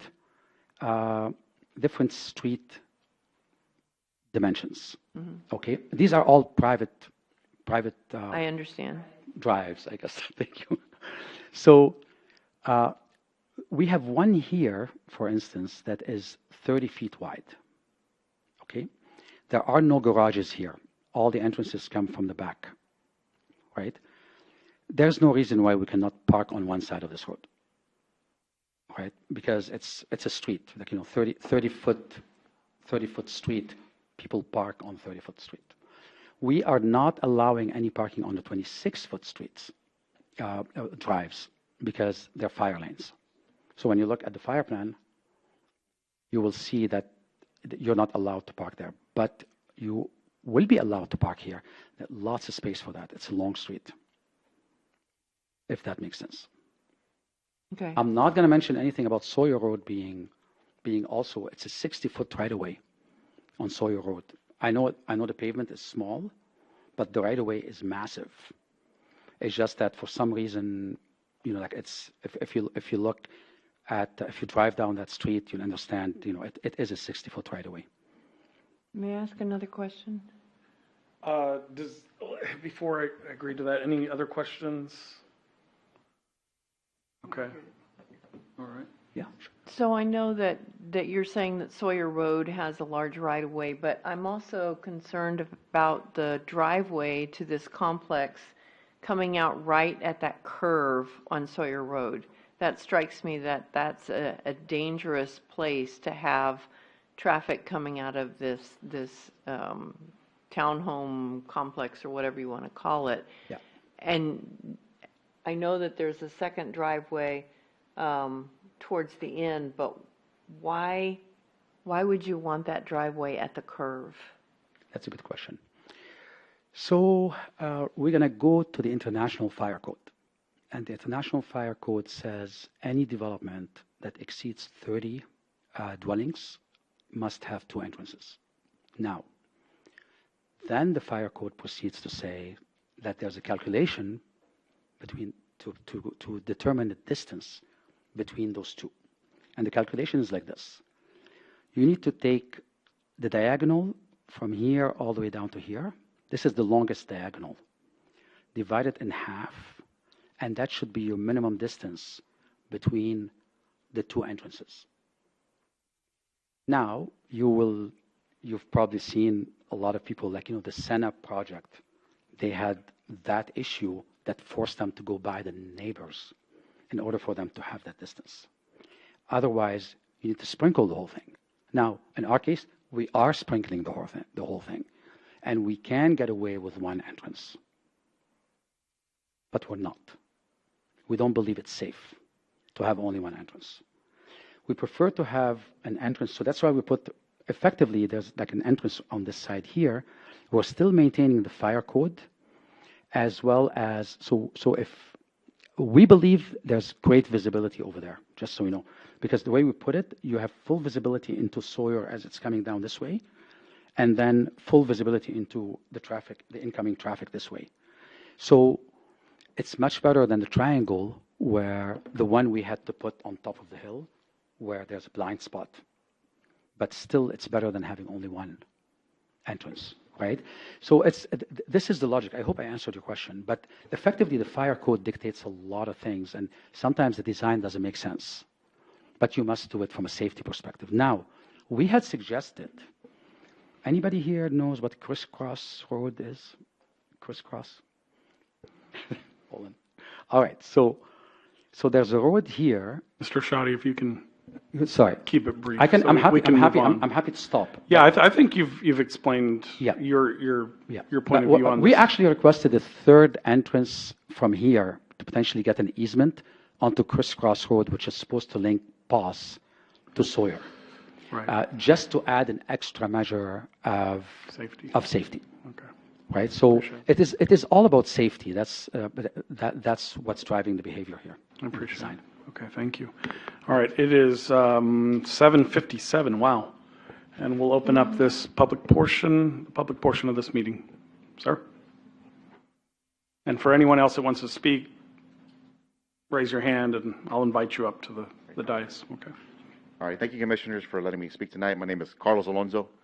I'm a resident of Sawyer Road for over 20 years, and I do want to voice my concerns for this project. Particularly around a few of the areas that were discussed actually right now.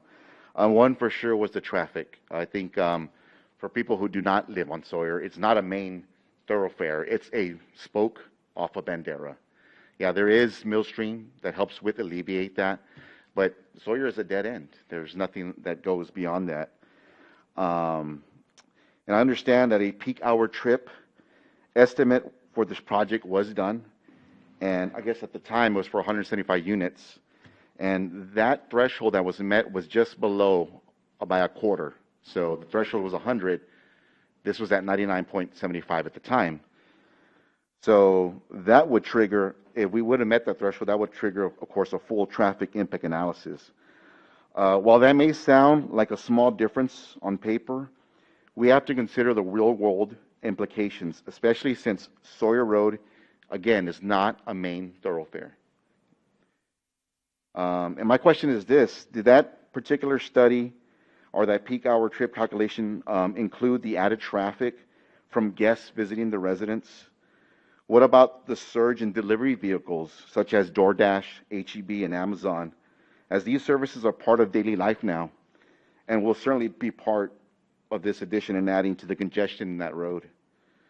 The most significant traffic increase will be at the intersection of Bandera and both Sawyer Road and Heber Road. And that's the entrance and exits into this area. As residents, we already experience long lines and backup during peak hours of traffic. This development will make that problem worse. I'd also like to get clarity on the overflow of parking. I think we've touched that a bit, and we've seen it's already how much tight that is. But considering that if we do get this approved, and then there's no parking, and somebody has a party there as a guest, do they start to park on our neighbor across the street to come into the neighborhood, causing more congestion? And if if that's now outlawed, say Leon Valley passes and says, no, nobody can park on the side, will Leon Valley police now be more active in ensuring nobody's parking in those particular areas? I'm assuming police resources are already stretched out as it is, and their concerns are probably fighting crime, making sure businesses are safe, making sure residents are safe, but not looking at being traffic cops. So those are some of the major concerns in the actual congestion of that area. I guess another one, definitely, for me personally, is the road safety. As someone who drives Sawyer Road daily, I want to stress a very real safety concern. The proposed entrance to the complex falls on a dangerous curve, as you pointed out. Thank you, Commissioner Woman. This has limited visibility. As he had mentioned, the developer, that property is inclined for sloping away from the street. So if cars are coming out of there, they're coming up at an angle already. So they're already having an inclined view that's distorted. It's not level. The same can be said that the proposed entrance, again, falls on a dangerous curve. It's a blind spot on both directions. So I know we don't have a picture of it. So there's a curve that goes here, and then there's another curve by the bowling alley. Sir, we have a 3-minute limit on comments, so if you can wrap it up here. Yes, 'cause sir. We're at 3 minutes now. So I want to say that curves are very dangerous. We're increasing traffic there, which can increase the fact that there can be accidents there. The dangerous ones too, where it's T-bones, because I've seen people go to that bowling alley, the back of the bowling alley, without looking at the Sawyer Road intersection. Appreciate it, sir. Thank you. Yeah. And then one more thing, there's also pet abandonment. More people, more pets get abandoned, and we're starting to see it with the apartment complex. Thank you.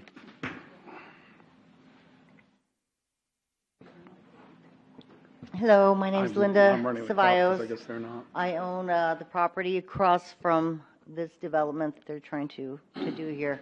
I'm at 6601 Sawyer. We bought this property about 7 years ago from the Sawyers. It's a 3-acre property, thinking that we were going to raise our grandchildren there. And to me, it's going to be impossible. That road in front of Sawyer, that road itself is only 30 feet wide maybe. It'd have to be opened up. There's a lot of wildlife. We have a lot of exotic wildlife on our properties. We have red foxes, we have exotic birds, we have, my goodness, just deer. That property is going to create a lot of congestion with the traffic, which is going to take away from my granddaughters to be able to play on the street, ride their bikes and enjoy what we have, saved all our lives to build. We want to build a home on that property, another home. So I'm just saying, I'm not for this at all. Thank you. Thank you. Sir?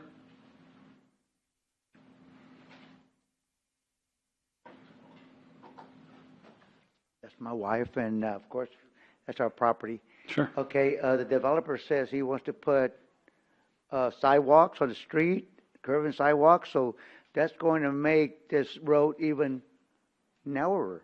Right now, if I'm correct, I think the street is about 25 foot wide, the road. And it's tight on both curves, coming in through the bowling alley and then coming around the curb.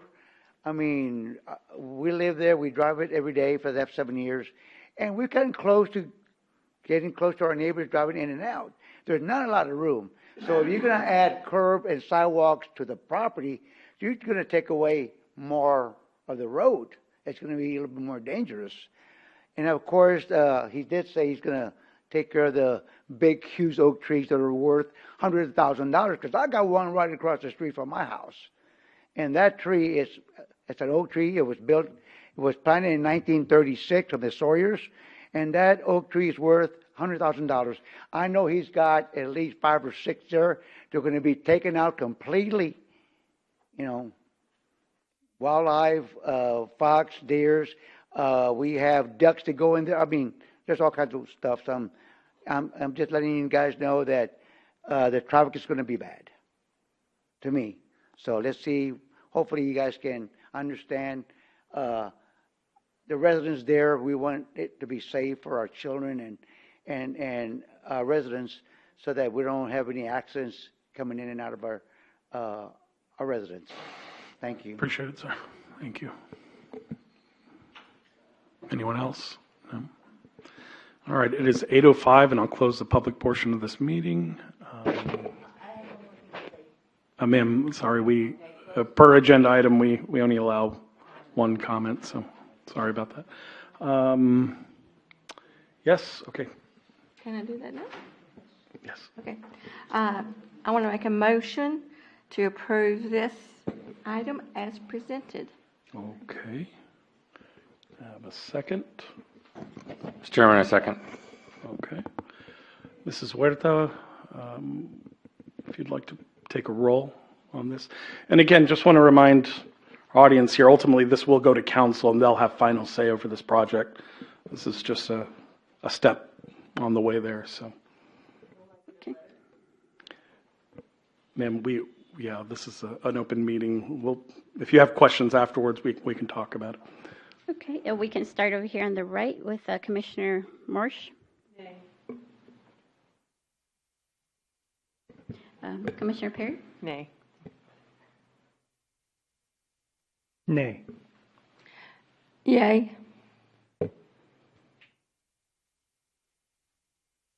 Commissioner Mata?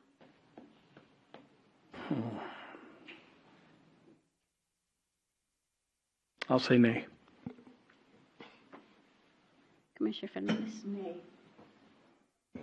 Nay. Commissioner Diaz? No. Nay? Nay. No. Okay, motion fails. Okay, now let's move on to number 4. Well, there should be another motion. Yes. Oh, that's right. Yes. Because that motion failed, the motion to approve failed. So someone else needs to make a different motion. Yes. I make a motion that we do not approve the zoning change or any of the variances presented today. I second the motion. Okay, and so now I'll start with Commissioner Diaz. Aye. Aye. Fernandez? Aye. Nay. Nay. Aye. Aye. Okay, it's 5-2, motion passes. Motion is good. To deny. Okay. All right, we're at item 4. Presentation, discussion, public hearing, and to consider recommendation on a request to amend ordinance 2021-54 to change the zoning from PDD with B3 commercial district and no sustainability overlay to PDD planned district R3 multiple development dwelling on approximately 2.8 acres of land at 6758 Poss Road. more specifically described as CB 5784, Block 4, Lot 64, Leon Valley Addition, Quality Subdivision. Mrs. Huerta. Yes, this is an amendment to the ordinance that was already approved for a PDD at 6758 Poss Road. The request is amending ordinance 2021-54 that approved a planned development district with a B3 commercial district. They are requesting approved PD with B3 commercial district to PD with R3 multiple family dwelling district. The current PDD allows townhouses. The amendment proposes a 175-unit apartment-style development with the potential of independent or adult-only living. There are variances that are being requested from the zoning code for the R3 proposed base district. We went over what the PDD ordinance allows and the purpose of it. As far as variance requests, they are requesting for lot regulation. They're asking for the minimum lot size after the first 3 units be decreased from 1,200 to 400 square feet. The minimum frontage on public right-of-way reduced from 95 feet to no minimum. And the minimum floor space be decreased from 600 to 400 square feet. They're asking for minimum height to be increased from 3 stories to 4 stories. That minimum parking space requirements for 2 bedrooms be decreased from 2 to 1.5. They're requesting to provide only 2 parking spaces for apartments with more than 2 bedrooms and requesting to not follow minimum setbacks. This is the location map where it's located along Poss Road. This is the aerial view. The property is currently vacant. Surrounding zoning includes to the north B2 retail, B3 commercial, to the west B3 commercial, to the east there's a planned development district and B2 with a sustainability overlay, and to the south B2 and B3. This is the zoning map that shows the property is currently zoned B3. There's B2 here, and the green is B3. This is the plat for the property currently. It does show that there's a drainage easement going through here. And there is an gas and electric easement going across. This is the site plan concept number 1 that's been provided. And then this is site plan concept number 2. As far as staff comments, the lot area is 2.86 acres. If the applicant were required to conform to area requirements by code, the property minimum size he would need 5.45 acres. The shape of the lot is not conducive to retail or commercial development due to the depth, number of easements, and low visibility. Surrounding lots are privately owned and either developed or in the process of development. Staff has no objection to the decrease in parking spaces if the facility is truly for independent living or adult-only facilities. Persons in independent living or adult-only facilities typically only have 1 vehicle, no matter the number of bedrooms per unit. If the use is for general occupancy, however, for general occupancy apartments, staff doesn't recommend a decrease in parking spaces.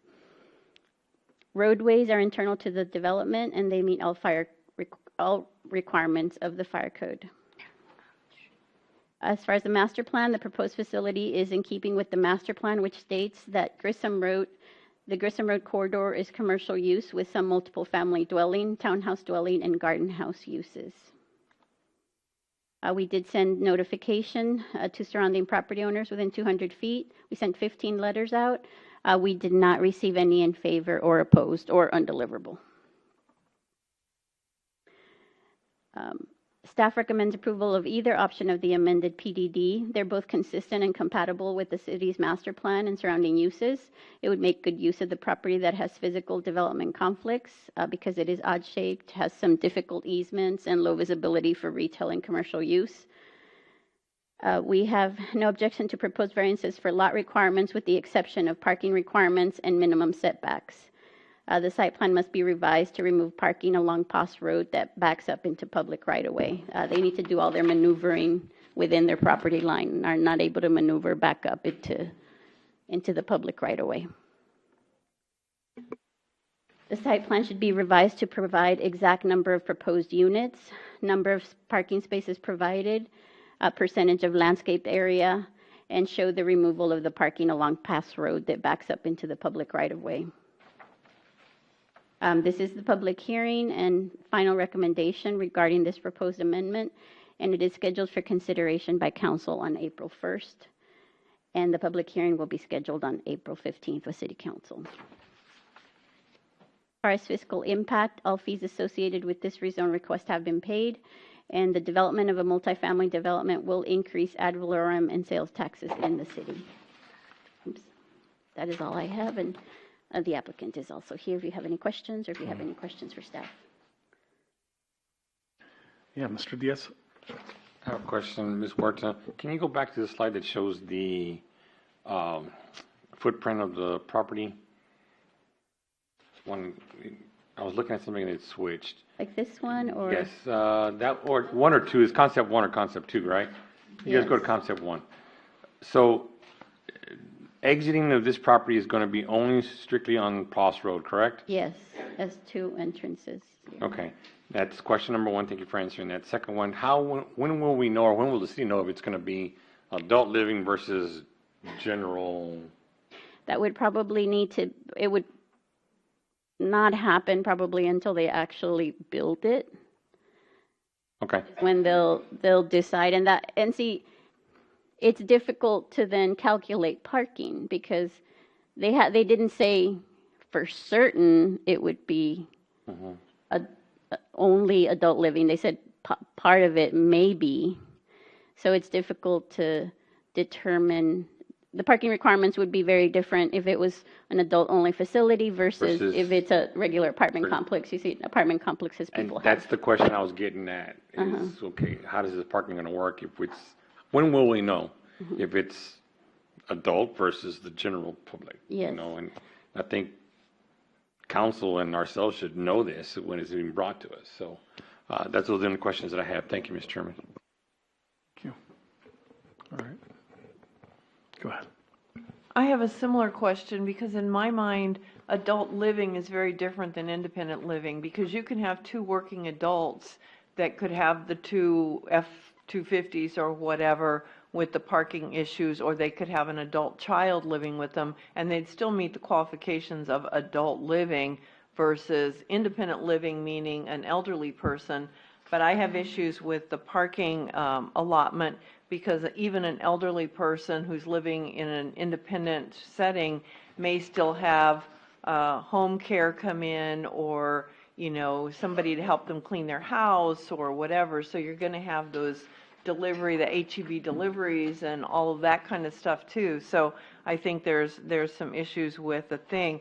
And I also have an issue with, there's one view that doesn't fit either site plan concept 1 or 2.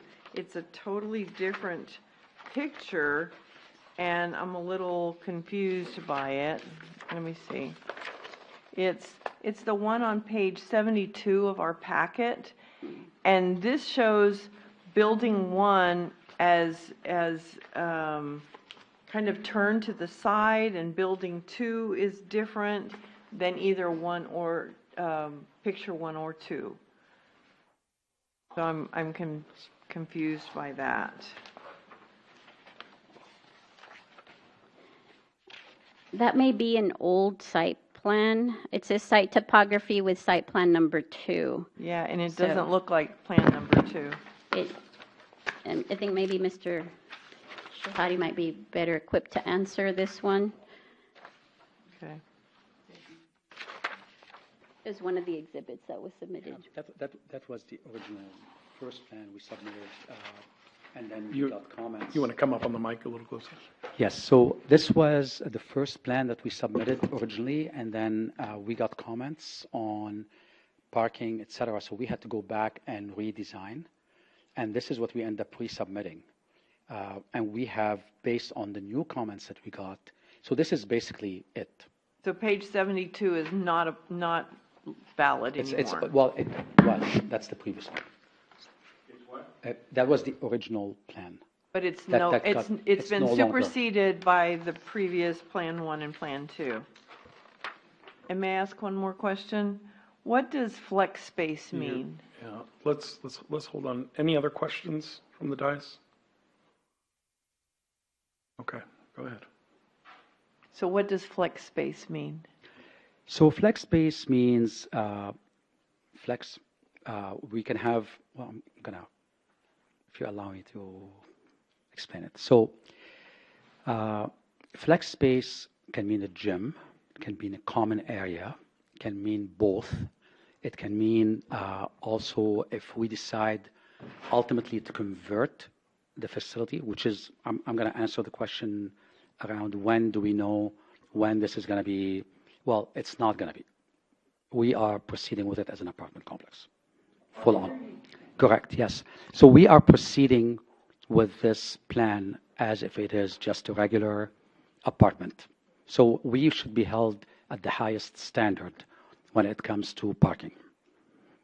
We made that decision last time, actually, when we heard that question, and I told you that we should be held at the highest standards because your comment was correct. You know, well, maybe, yeah. I mean, it was a concept we were testing, and honestly, we may still end up doing it in the future, but this is not something that we can make a promise on, and as such, we should be held to the highest standard when it comes to parking. Does that answer your question? Okay, very good. So I do have some clarification because we did revise this to address the comments that were made. So if you don't mind just launching.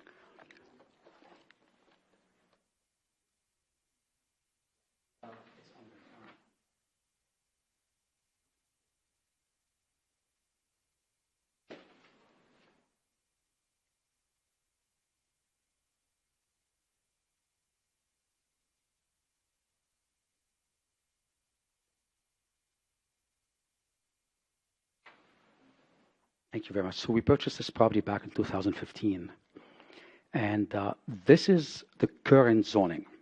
Okay, it's important because it was mentioned that current zoning is B3, et cetera. The current zoning is a PDD that has been approved.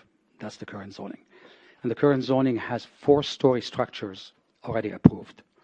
It has 35 townhouses, 4 stories that are approved, 35 plus apartment-style condos that have been approved, and 3 commercial unit alongside Post Road that have been approved. This is what's currently approved. Okay, so just to be clear, this site plan and fire plan has also been approved. Currently, as part of the ordinance that's been approved, we can go up to 50 feet or 4 stories in height in this property. That is by right. That's the way it is today. Okay, so on Post Road, we can go up to 60 feet. We have no neighbors here when it comes to any residential neighbors. Nothing. It's all commercial. Very important to understand that. So if you look at the front building is a 4-story apartment building as it's approved today. This one here is another 4-story apartment building. These here and the ones in the middle are townhouses that are 4-story. And the reason why there's a 4-story townhouse there is because of what I mentioned earlier about having a rooftop for the kids to just keep them enclosed again. So that is the current zoning. It's important, I'm stressing this because the current zoning already allows us to do all of this. The reason why we're coming back is this. So if you look during that process, there was some omissions by everybody, by our engineers, and by the city engineer, where I don't know how that happened, but basically easements were not taken into consideration. Maybe because that easement is vacated already. Sorry, it wasn't vacated, but it's not used. I don't understand the engineers. That's why we became more involved after that with the site planning process. So the other thing is there's a city easement, drainage easement, that is also going right underneath that building, which I don't know how that happens by our engineers and by the city engineer and how it got approved like that, but it's all good. It is approved. So now what we have is this overlap, and we're thinking we need to fix that. Our chance to fix that is to do this in a better way. And basically we thought there are apartments close by, Timber Hill Commons, Valencia, they're nice apartments. We want to do a nice gated community. Everything here is commercial. You have the drainage, we assessed that. We did a detailed drainage analysis here. In fact, drainage is going to be very tricky because what we'll have to do is we will have to do underground detention on this property, which is very costly, but we'll go ahead and do it anyways. So this is the original site plan. This should answer your question, Ms. Murch. And these are the two, if the easement was vacated or not. The staff comments, just went through them. So what we did is, the first thing we did is we revised this plan. It's uploaded. Nothing much has changed in this plan beside just eliminating that parking in the front. And then we moved the gate a little bit further up this way to allow for more parking for the leasing center outside the gate. That's basically all we did. Otherwise, everything remains the same. We have, as we added the number of units, we believe we're dropping the number of units also because we're not going to have, we're not accounting for any small units, which is what we would have had if we had the independent living. It'll be smaller units. So now we'll be going to between 120 and 145. We have parking spaces anywhere between 155 and 167. Depending, there's flexibility here depending if we can potentially claim some of the main level in some of these buildings. But anyways, that's the flexibility, the only flexibility we're asking for. Otherwise, this here is the concept if we're able to vacate that easement. We talked about it last time. And this is an optional extension of the building. We're not so sure we will actually do it or not. But we're not making a substantial change like where before we had two totally different plans. Here, all we have is we plug the optional plan, the optional building in or not. It's that simple.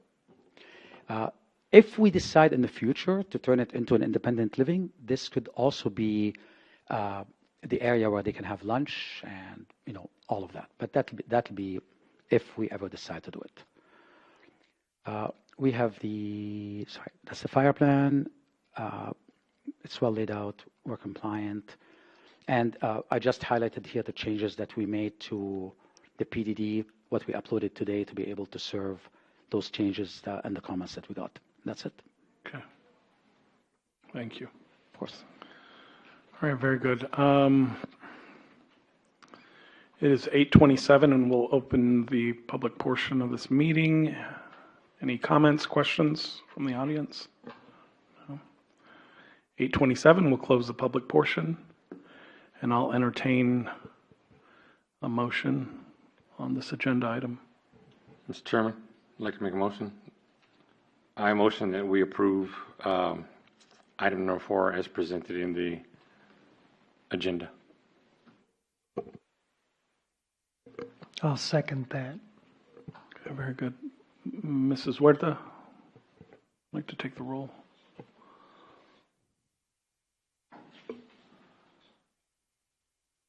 Okay.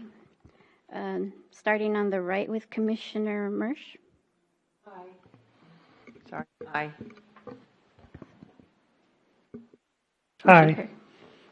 Commissioner Martinez. Aye. Chairman. Yay. Commissioner Fernandez. Aye. Commissioner Coker? Aye. Commissioner Diaz? Aye. You have unanimous in, to approve. Okay. Very good. So agenda item 4, announcements by commissioners and city staff. Anyone on the dais? Mrs. Huerta, any comments? Anything to add? No? Okay. No? No, I don't have any comments. Okay. All right.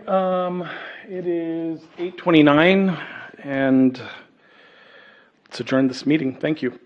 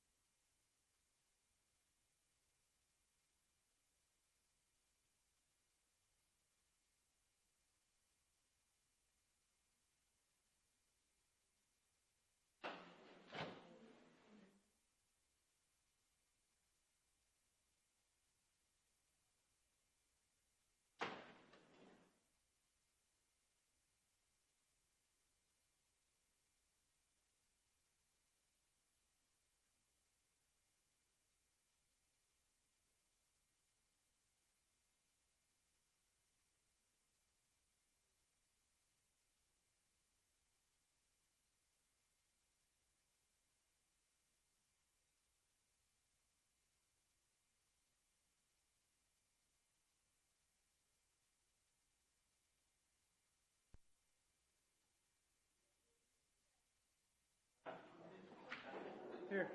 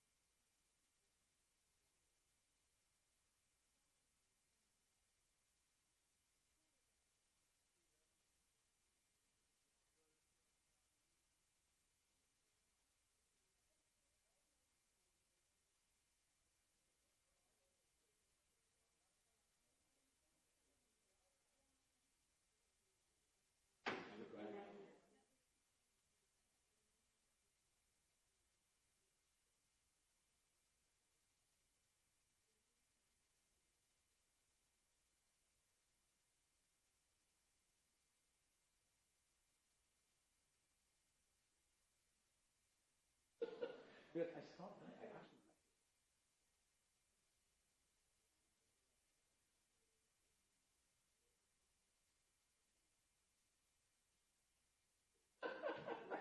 No, honestly, I know.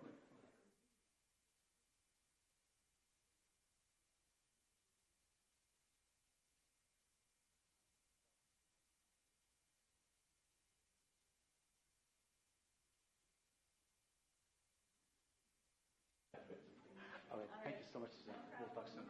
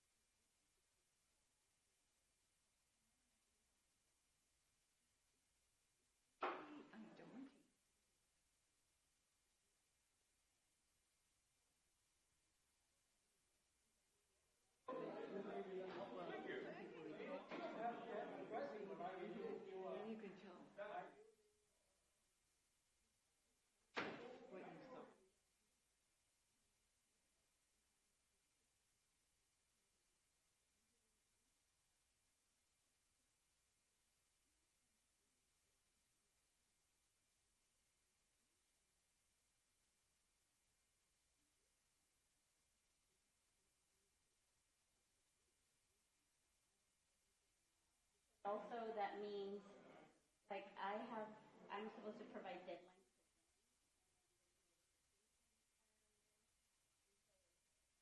That's my time even more.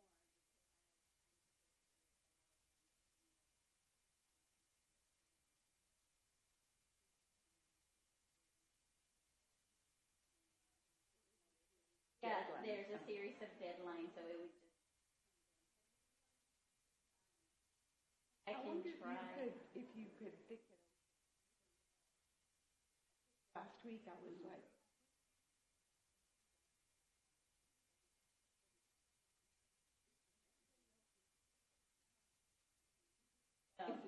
and then This is a lot more elaborate than all the other That's ones. right. Yeah.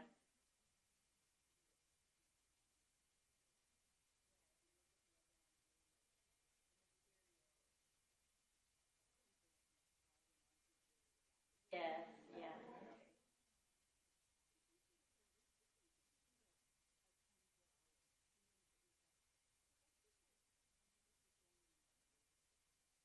or Friday. Yeah, I actually.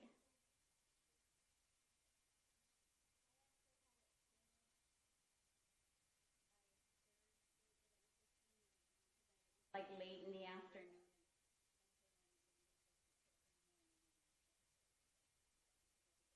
Out here and on the web at the same time. So I finished Thursday, but late. Had left. So then she said, I'll do it in the morning when I come in, so that they both got. I'll try harder to at least try to get it in earlier in the day on Thursday to get that. I'm just like waiting.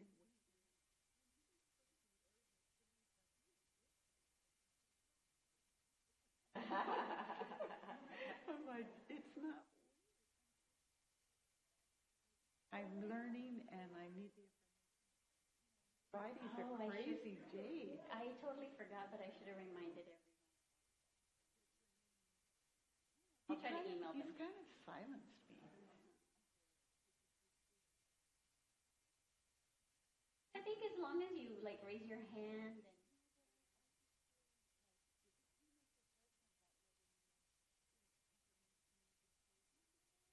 But I'll try to get over it because I can't. I mean, just raise your hand and following procedure that and so then, yeah, I have an announcement, just remind Okay, so. Yeah, I'll send out a reminder.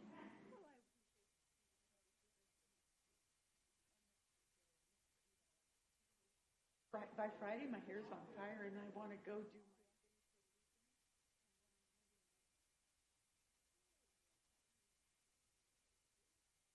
Well, yeah, they were all exhibits, and then he hadn't changed them, so I saw, like, when he said those were old, and he hadn't changed them. Yeah, and that's another thing. And then he submitted that site plan today. I don't have time to. Yeah.